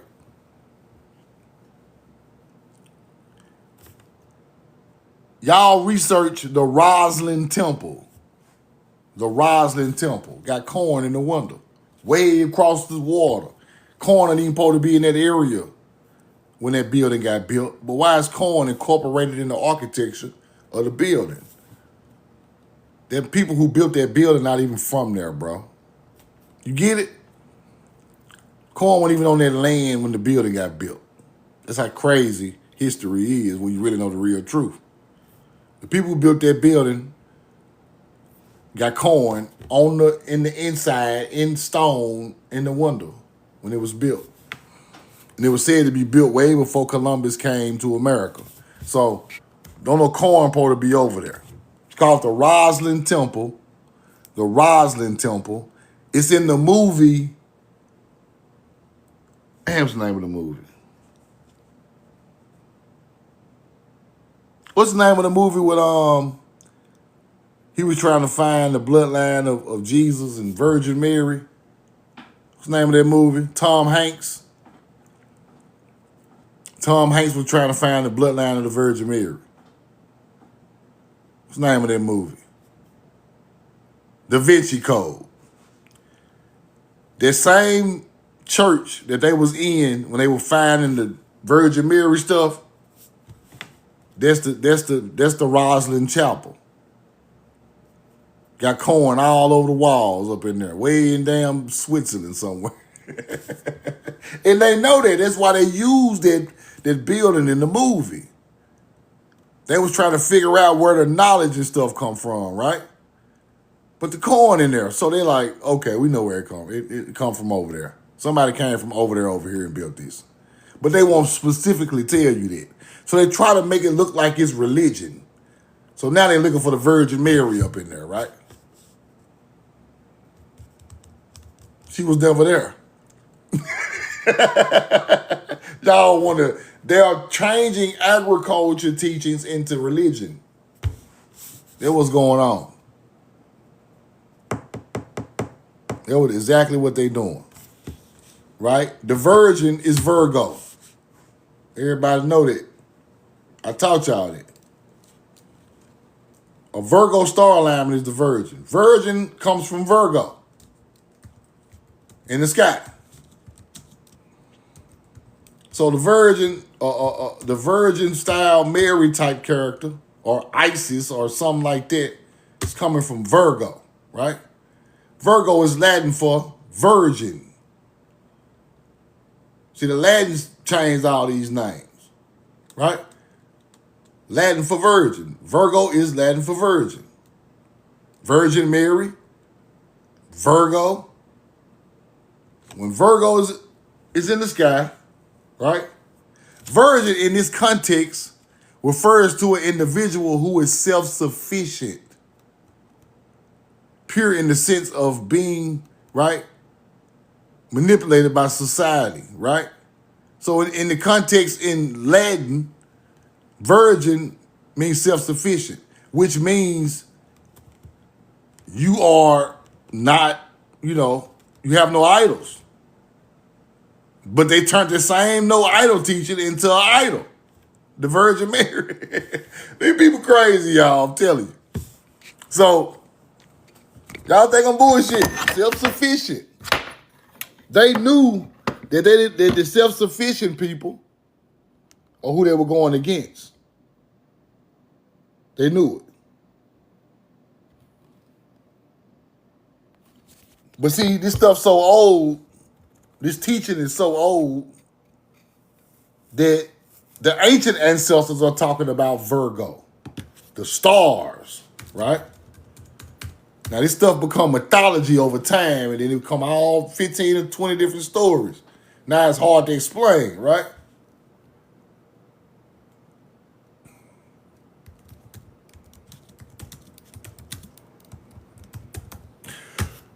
Right? Now, the mother goddess, Virgo, what time of year is the Virgo constellation popping out in the northern hemisphere? This is what you got to figure out. When is the Virgo constellation mostly visible in the northern hemisphere? Put that in the chat. Then you're gonna see the big picture. In the spring, right? In the spring.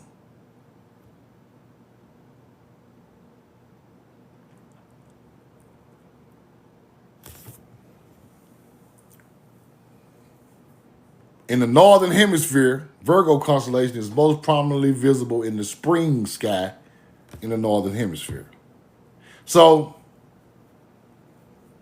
now you put Virgo in the spring as the mother, some type of Virgin Mary, some type of mother figure. Some type of teaching comes from Virgo, from a motherly figure of a Virgin Mary over time. But they're talking about the spring equinox that's finna happen in the sky, right? That's what you gotta understand. The spring is very important to your culture, spring and summer, right?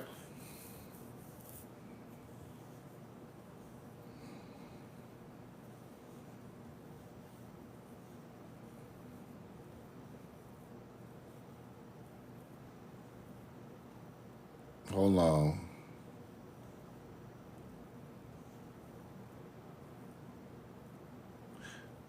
Well, some of y'all were right in the chat too. I'm tripping. Some of y'all were right.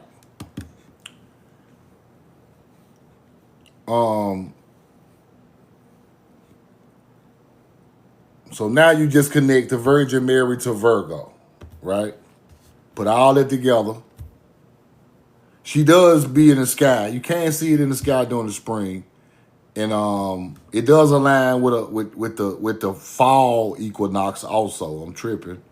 Y'all right. It comes twice. Fall equinox also, right? Virgo season. So that became the mother goddess teaching though. Virgo is the virgin. So when you hear Virgin Mary, you think of Virgo automatically. You think of that automatically. That's where they get the word from. So this stuff deep, man. It's it's wild. So when you go to the Sumerian culture, you get a goddess called Pharaoh, right? Furrow. Pharaoh, right? So Pharaoh comes from digging holes in the ground for corn agriculture. Furrow. It's the way you plant. It's the way you put the crops in the ground. Pharaoh was a god in Samaria. And it's in the story, Pharaoh was in the story of the Epic of Gilgamesh. So let me give y'all an example. Pharaoh.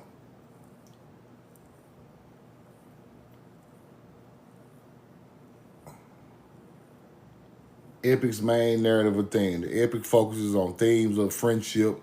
See, they try to hide this stuff. I don't know why. Like, they know we figuring shit out, so they starting to hide it, right?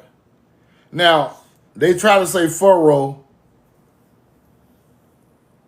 is not in a big part of the Epic of Gilgamesh, but when you look at the map of the Epic of Gilgamesh, Pharaoh is on there with a grain seed in her hand, a plant in her hand, right? Pharaoh, showing how they dug holes for a certain type of plowing. Now they take the whole shit out, try to take the whole shit out the story.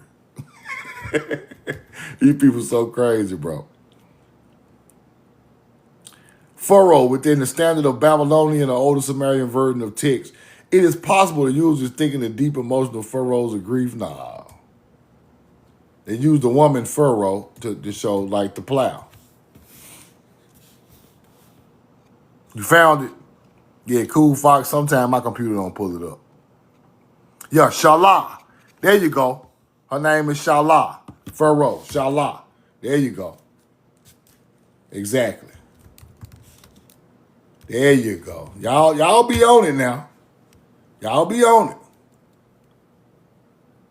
Shala. Identified as one of the stars in the constellation Virgo. You get it now?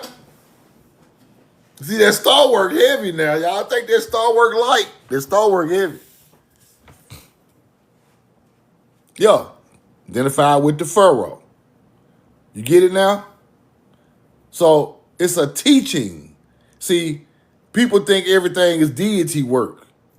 It's aliens, it's gods. No. It's a teaching of astrology that is so old that it turned to 4 or 5 different deities and gods and people. She is also in Ramayana. There you go. And a whole bunch of more different teachings, right? But we got a long way to go, man. It's so much knowledge hidden from us, y'all, from our people.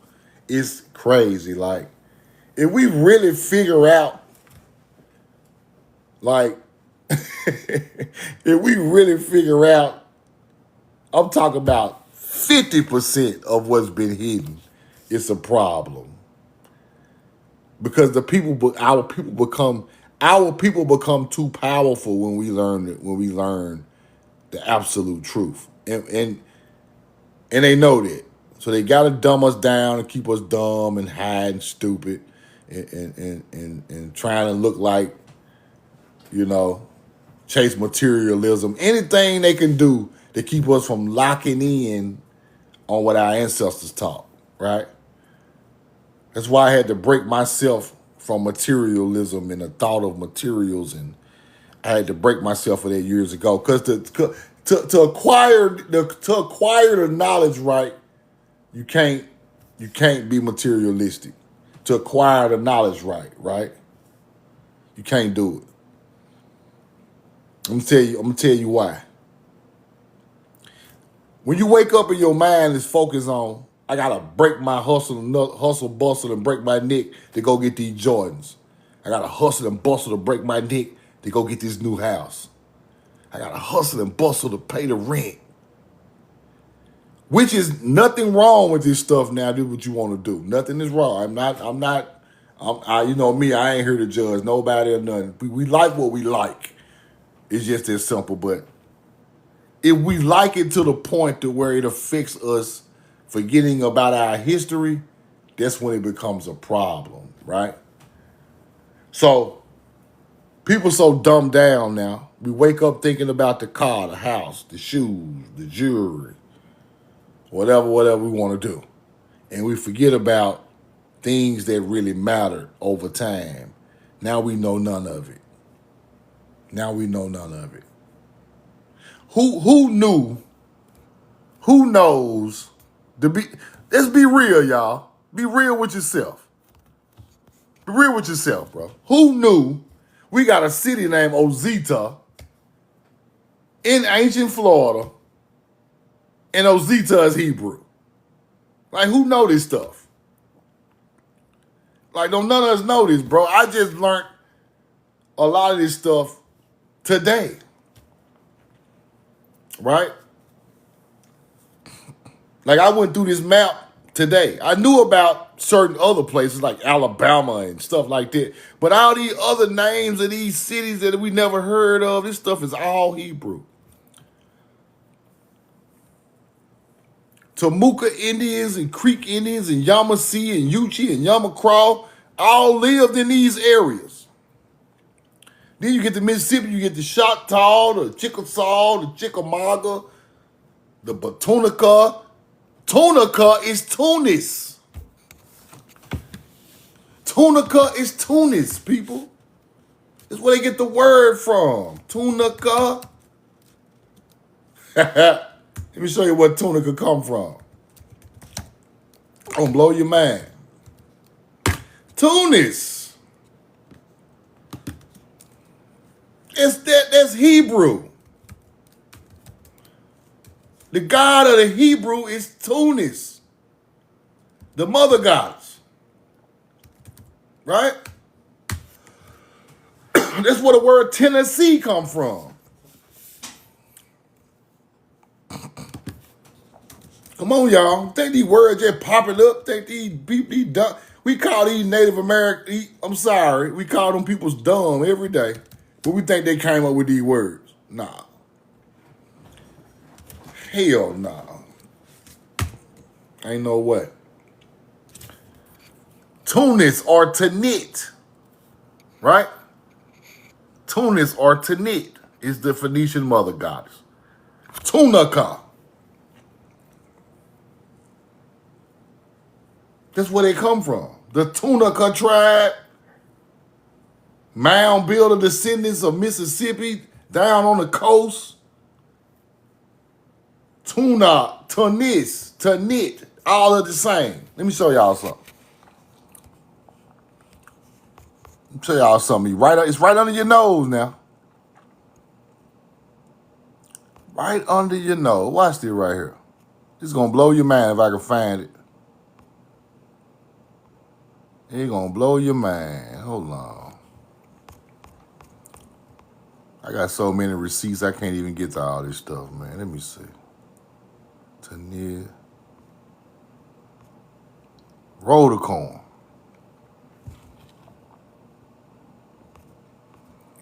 Hold on. Let me pull it up.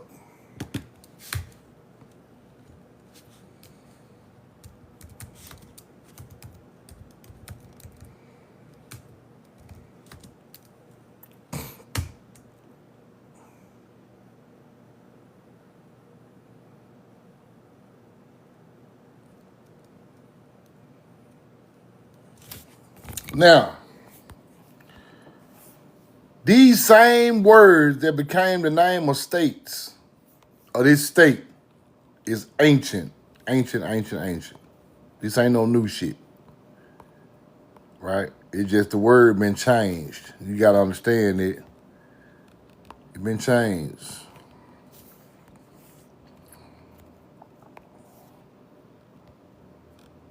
It been changed now. So, Tennessee or Tennessee, it's some more words that's spelled too, right? Possibly Tennessee, misspelling of Tennessee, but it's the same stuff. Tennessee is named after the city Tennessee. Tennessee, the origin. They're talking about it's come from Cherokee, right? But Tennessee and Tennessee come from Tunis. Tunis, right? I want y'all to understand that. Tunis. That's why they get Tennessee from. Tunis. Or Tanit. Right? See that? Tennessee. Now watch Tunis. Tunis. Phoenician. Tunis Phoenician. Let me see. It might pop up. Tunis is located in the ancient city of Carthage, a 9th century BC Phoenician city. Right? Tunis, Phoenician deity.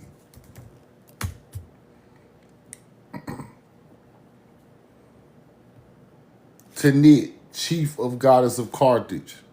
That's where they get all this from. This is where you get Tanit right here from, too. This. Same one I showed you with the mound builder. Right? In the hand, Tanith. Tanit. It's so many different words for this, right? But this is where you get Tennessee from. See, they call it a Cherokee city, but the ancient languages become Indian languages. And then it becomes English languages. See, it's got to break the code 2 or 3 times to get to the truth, right? It's ancient languages, then it become American Indian names, then it become English and Spanish and Latin and all that other shit. So that's where you got to understand that it. That's where Tennessee got its name from.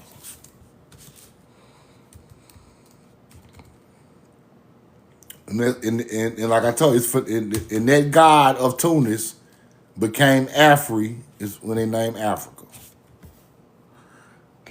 So I want y'all to look at that a little different, you know. Think these names just coming from nowhere. Now we go look at the map again. Let's start looking for stuff with T-U-N, right? In the old stuff, right? Tally. It's something else I want. It was a more up in here somewhere.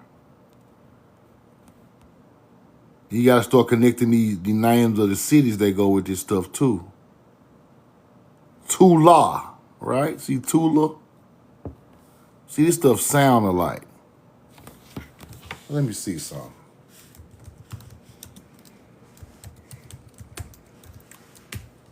Tula.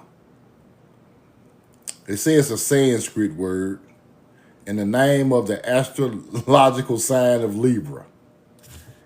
Now, why is Tula the astrological sign of Libra? It can also refer to an ancient Mesoamerican city that was the capital of the Toltec civilization. Tula. They go Tula right there. See it? Balance. It stands for balance and harmony. That is Ma'at. Let me check something out. I'm just showing y'all how I be studying stuff, man. Right? I just be brainstorming sometimes. The connection between Tula and Ma'at lies in the shared meaning, balance, or scales, right? Specifically, Hebrew, Sanskrit, and ancient Egyptian. So, Tula, that's crazy. So, Tula literally means balance and harmony. Just like the Ma'at teaching, right there. All this stuff go together, man. Tuva, I think that's Kavash means the cave. I think that means some type of cave, but I gotta research this stuff some more.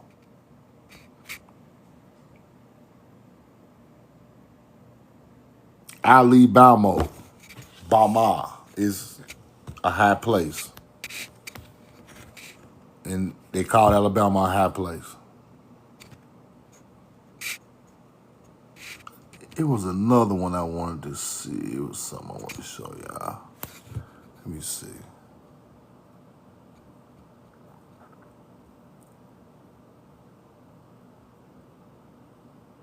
Tuasi.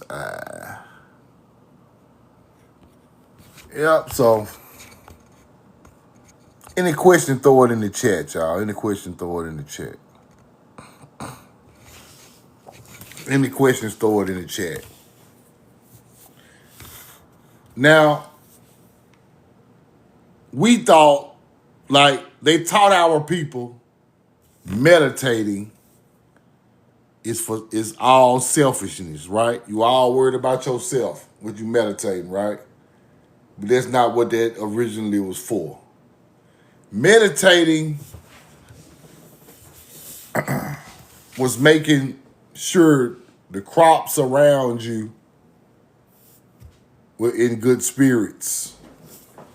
So when you eat a crop, it goes into you and nourishes you in good spirits. That is how you balance with nature, right? See, they won't teach you that. They just teach you just go meditate, don't worry about nothing around, right?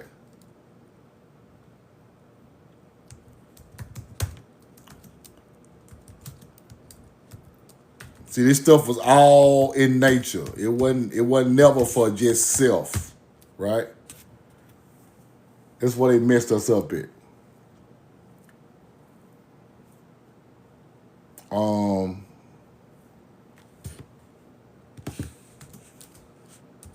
They try to teach you everything is all selfish and self, and you're doing it for you, and no, that ain't how it's supposed to go, right?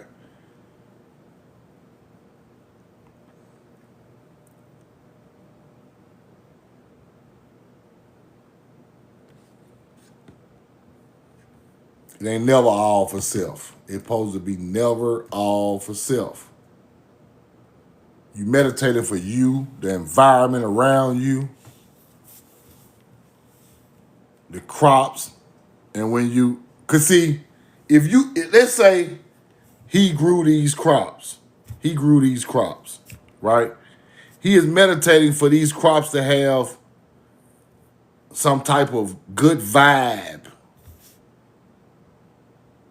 in ancient culture. This is where meditating come from, in ancient culture, right? Ancient culture. These crops got to be good for me to, when I eat them, I need the good spirit of the crops that I grew in me, right? So that's what meditating was for back a long time ago. Fire. Now you can look up Tula, Tennessee today. It's probably still there, right?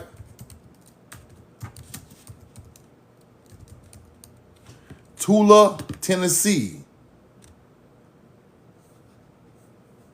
Tullahoma, a city in the southern middle Tennessee. Tullahoma, right? Tullahoma. Oh man, Tullahoma, Tennessee, right? Still there today. Fire. Tullahoma. Still there today. Yep, Tullahoma. It's on the map. Let me see. It's on the map, Tula. Let me see. Let me see if there are Tally. Is that Tennessee? Tally, Tennessee. Hold on, let's check that out.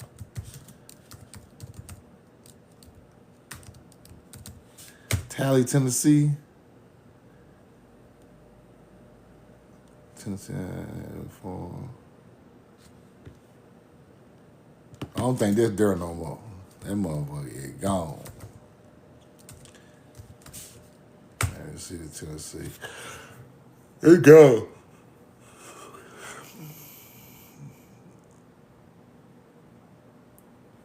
It told me to oh my God.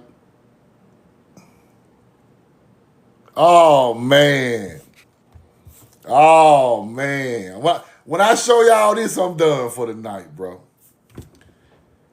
This how the ancestors download stuff I just know what to look. I just be. Now what I'm finna show y'all. Now Tally. You see it? Tally, Tennessee. Watch this. Y'all want to know where y'all think is it? Where y'all think Tally, Tennessee is? Throw it in the chat before I show you. Where y'all think is it?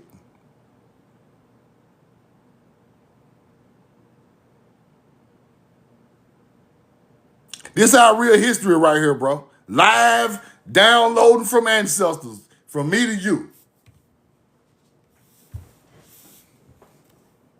Yeah, that's where they get Tallahassee from.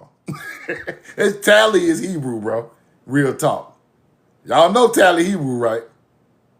I already showed y'all that, right? Tally is Hebrew. I already showed y'all that, right? Now watch this. Tally, Tennessee. Watch this. This shit finna be crazy. And it's just how quick I get a download from my people, right? Tally in Tennessee most likely refers to the ancient Mississippian era town that Hernando de Soto expedition documented in 1540. The town is believed to be the site, now known as Tocua, an archaeological site submerged by the Tellico Dam and Lake in the Little Tennessee River near Vonore. There is also a community in Campbell County called Tallytown, known for its Italian American heritage.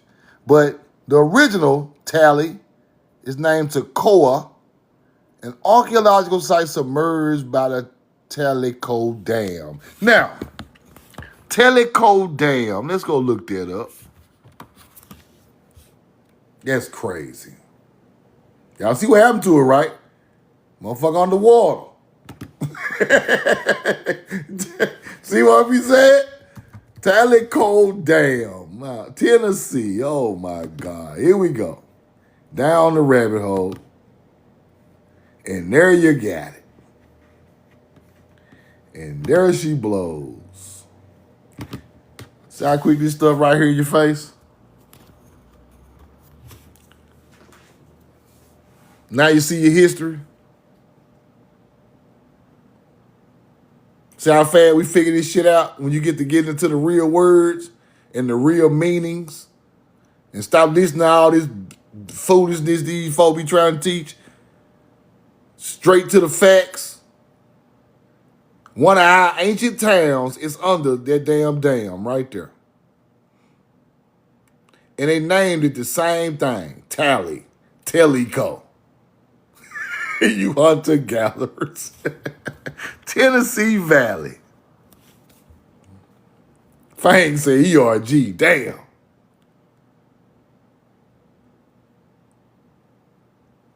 The dam generates no power, but serves as a divert water. It ain't get no power off the dam. It put the dam there to flood the city.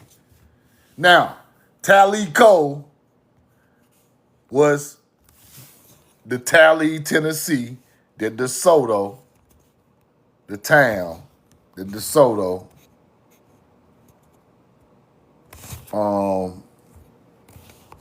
came across when he came in here messing with people and shit. Right? Right there. Tally. Now you see the where it's at in Tennessee. Let me see. Toccoa, Tennessee. On map. Now let's see if that's the same type of area. Let me see.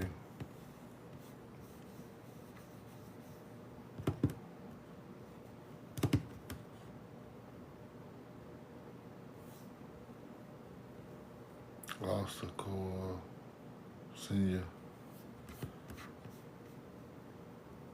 Let me see.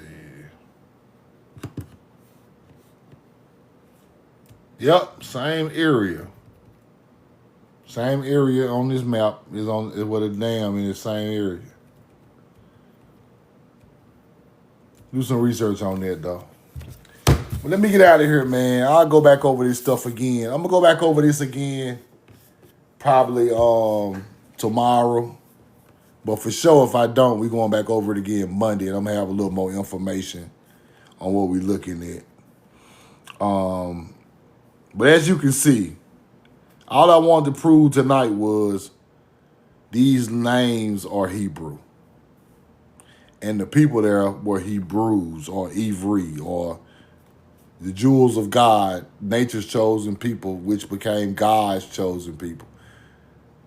They come from here, the southeast of America. Our cities, our tribes, everything got these names,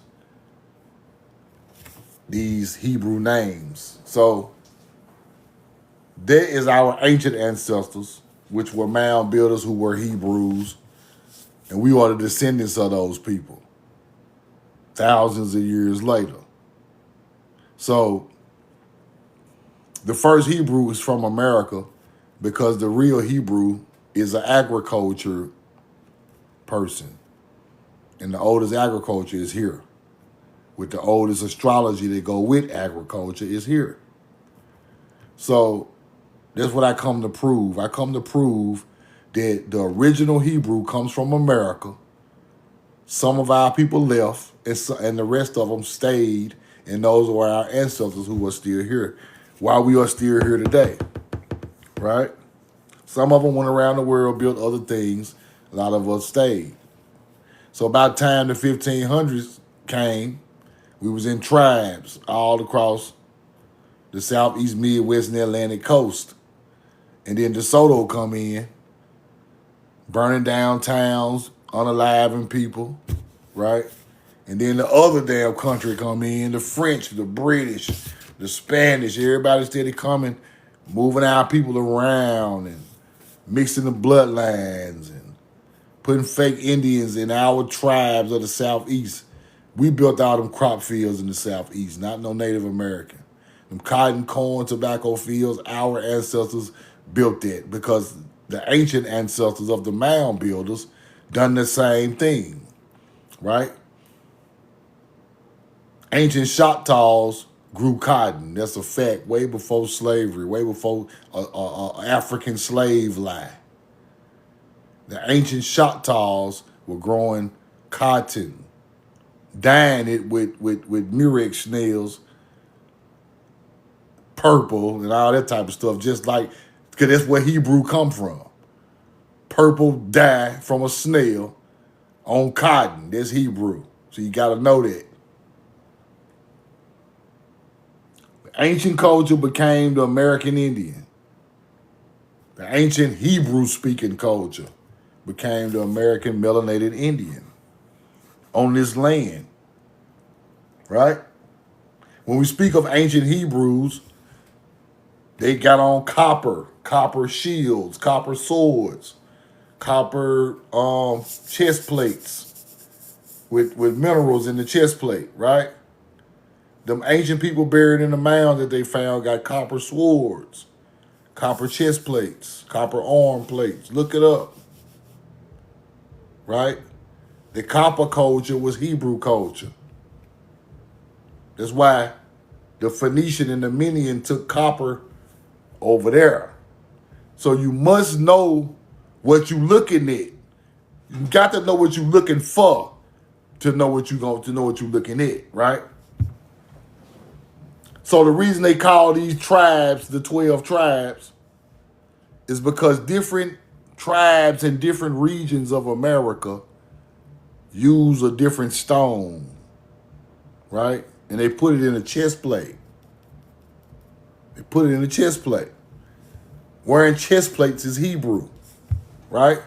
So if you from an area in the country where they put emeralds, you had emeralds in your chest plate, you was one of the tribes, right?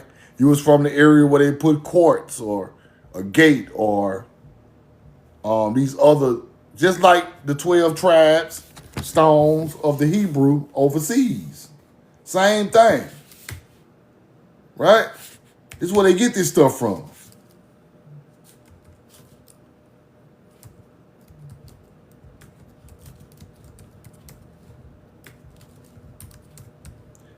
The 12 tribe chest plate. This right here. This is what I want to show y'all. See over there, they put them all together, right? Give y'all an idea what I'm talking about. They put it all together over there.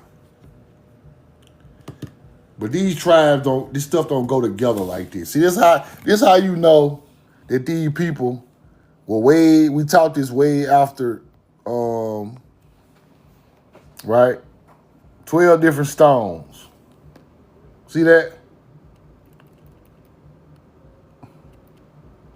See, but in ancient times, you would wear a chest plate with one of these stones for your tribe.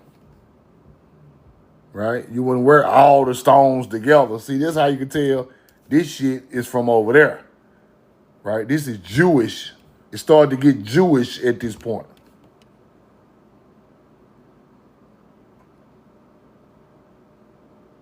This came later, right? The first ones, like when I go into the mounds, I see a copper chest plate with a hole in it. The stone is gone because somebody stole it, right? Right over here, you'll find one big copper chest plate, hole in it, the stone gone, because the YT folks, whoever dug it up, stole it. They not finna let you have no big ass emerald in the middle of that copper. Yeah.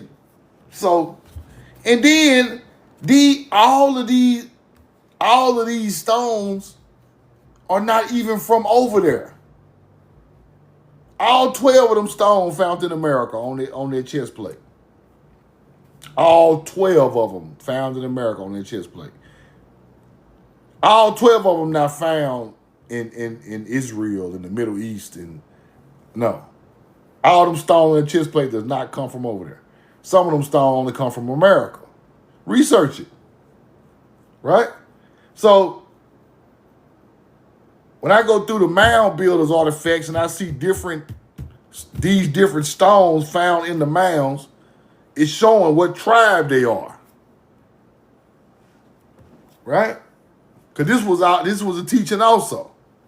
So now you start to understand like where they get these names, the lost tribes from. But they was never lost. They tried to call them lost because they was over there on that side of the world, right? But at home, where they're originally from, they were never lost. Only made prisoners of war when the 1500s came. That's what really happened. Right? Emeralds, one of the stones, right? Emeralds are found in Carolina, people. Right? Emeralds. One of the 12 tribe stones.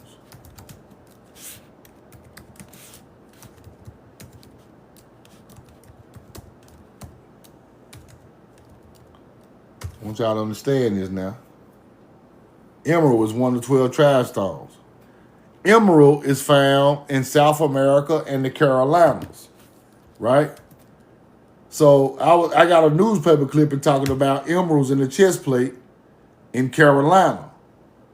One emerald in the chest plate, right? Now, what tribe is the emerald? That is Levi, the tribe of Levi, right?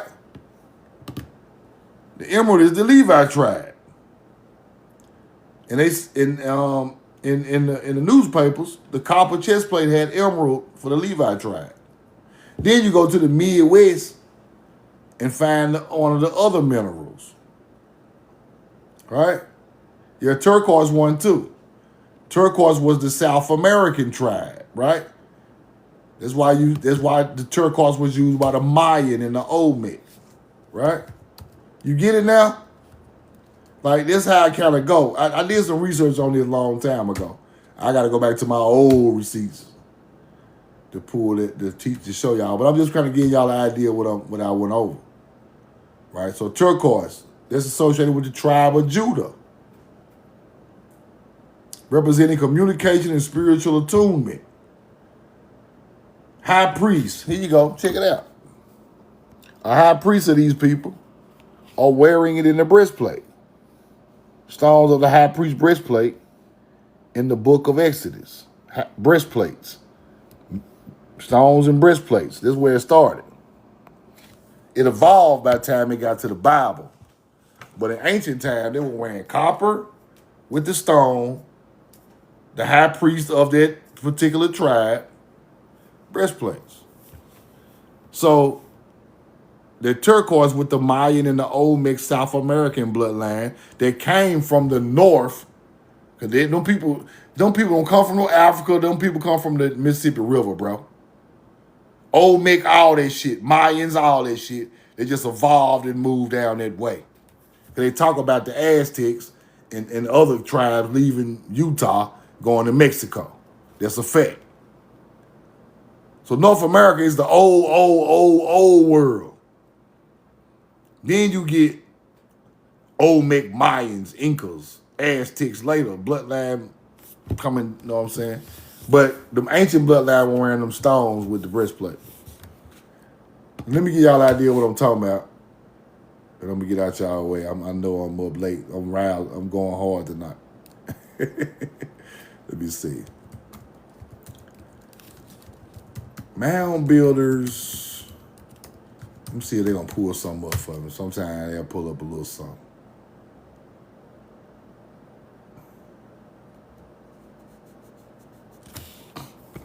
Now, look who wore the breastplates now. Look who wore the breastplates.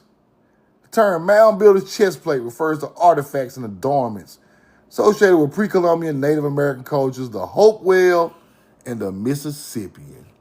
These items, often called gorgets or breastplates, were made from materials like hammered copper, shell, or bone. Serve decoratively, symbolic, ceremonial purposes rather than being true protective. Yeah, it was a tribe thing, right? Why are the Mississippian and the Hopewell wearing breastplates? Ask yourself that. And breastplates are what the Hebrew wore, right? Now here go a breastplate right here from mound builders in America. Ain't no stones on them no more, but they still got the breastplate at the museum. Let me see if I find it. These are real Hebrews, the oldest breastplates. They can stop playing. You tied it was something they tied up like this, and it went around your neck, and you wore it. I don't know if sometimes have a tribe symbol on there, and some had the stone on there. He said ERG in full effect, bro. These are the real Hebrews.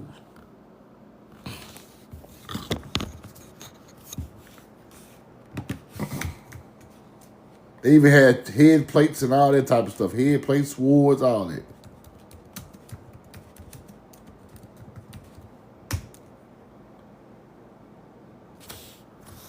Ancient Hebrews used copper extensively. Ancient Hebrews used copper extensively. You see that? Where they get the copper from? Where did that culture come from? Use it copper. You had to be around copper a long time for you to use it extensively. Spearheads, tools, sacred objects. You see it? Altars, vessels. See that?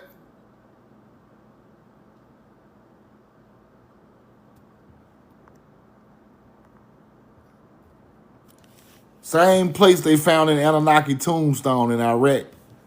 Because they the same people. Ramadan. Same thing, man.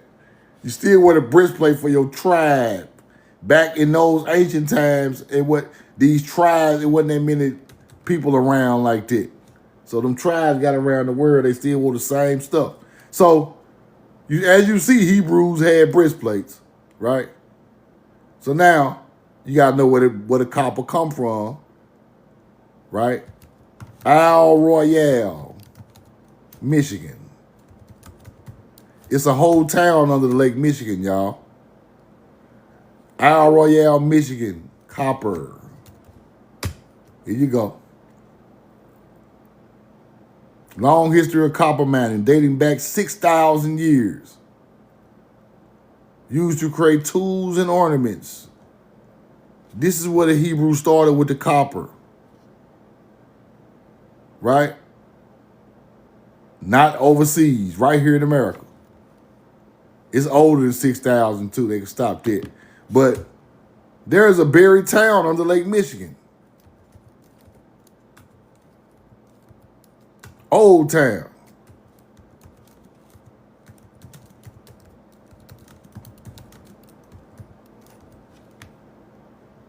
Put the copper in there too, what it say.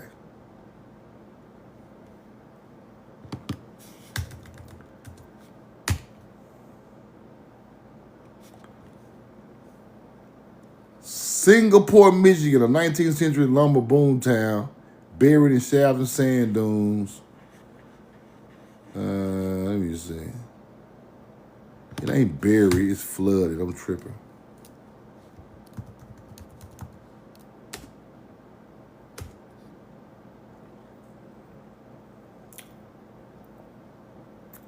Rawsonville, Michigan, a ghost town submerged on the Bellevue Lake. But I got some receipts of the other one though. But it's a whole town under Lake Michigan.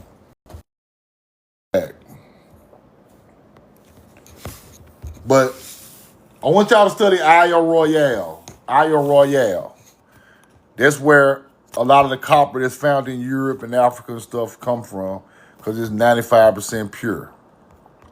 In America, it's the only place in the world with that purity of copper.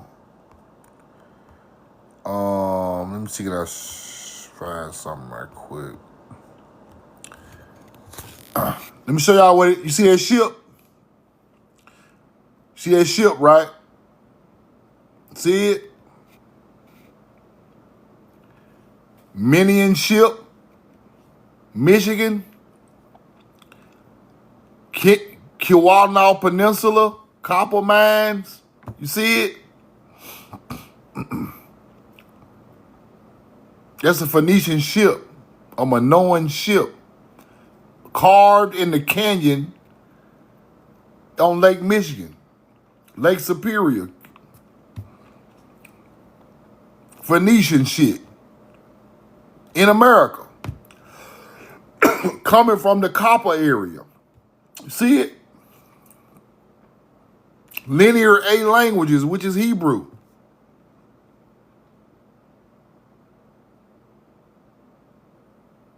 This is how you find the truth right here. Now, I just told y'all Isle Royale, Keweenaw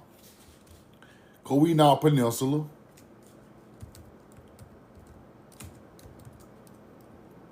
Keweenaw Peninsula. Isle Royale.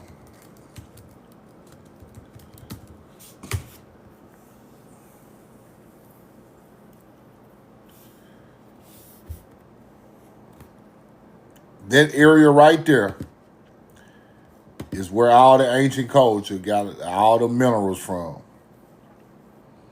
And it's mounds out there, right? It's mounds out there. Watch this. Mounds at Isle Royale.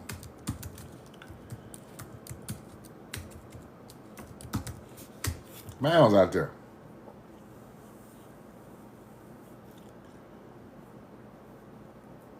Ancient Native American copper mine mounds. The ancient copper mines are the oldest known copper mines in the world. In the world now. Look. The ancient copper mines are the oldest known copper mines in the world. Right there in Michigan. This is where the Hebrew comes from. It ain't got nothing to do with no other cultures. We learned it over here. The languages, the agriculture, the copper, the turning copper into bronze, all this shit. And we took it over there. That's when the copper age, the bronze age starts. All our people start moving around. Going to the Mediterranean and building up these cities over there.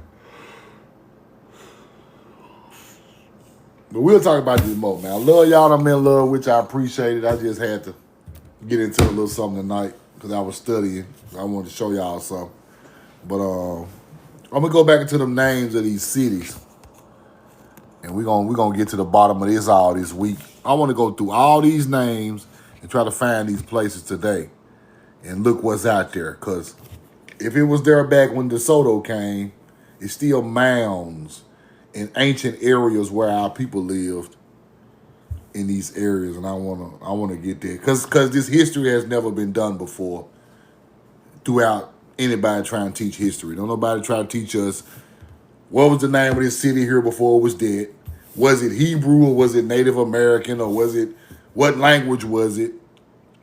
And that's very important to me, and it should be important to other people who want to learn this real history so we can get a better understanding of stuff, man.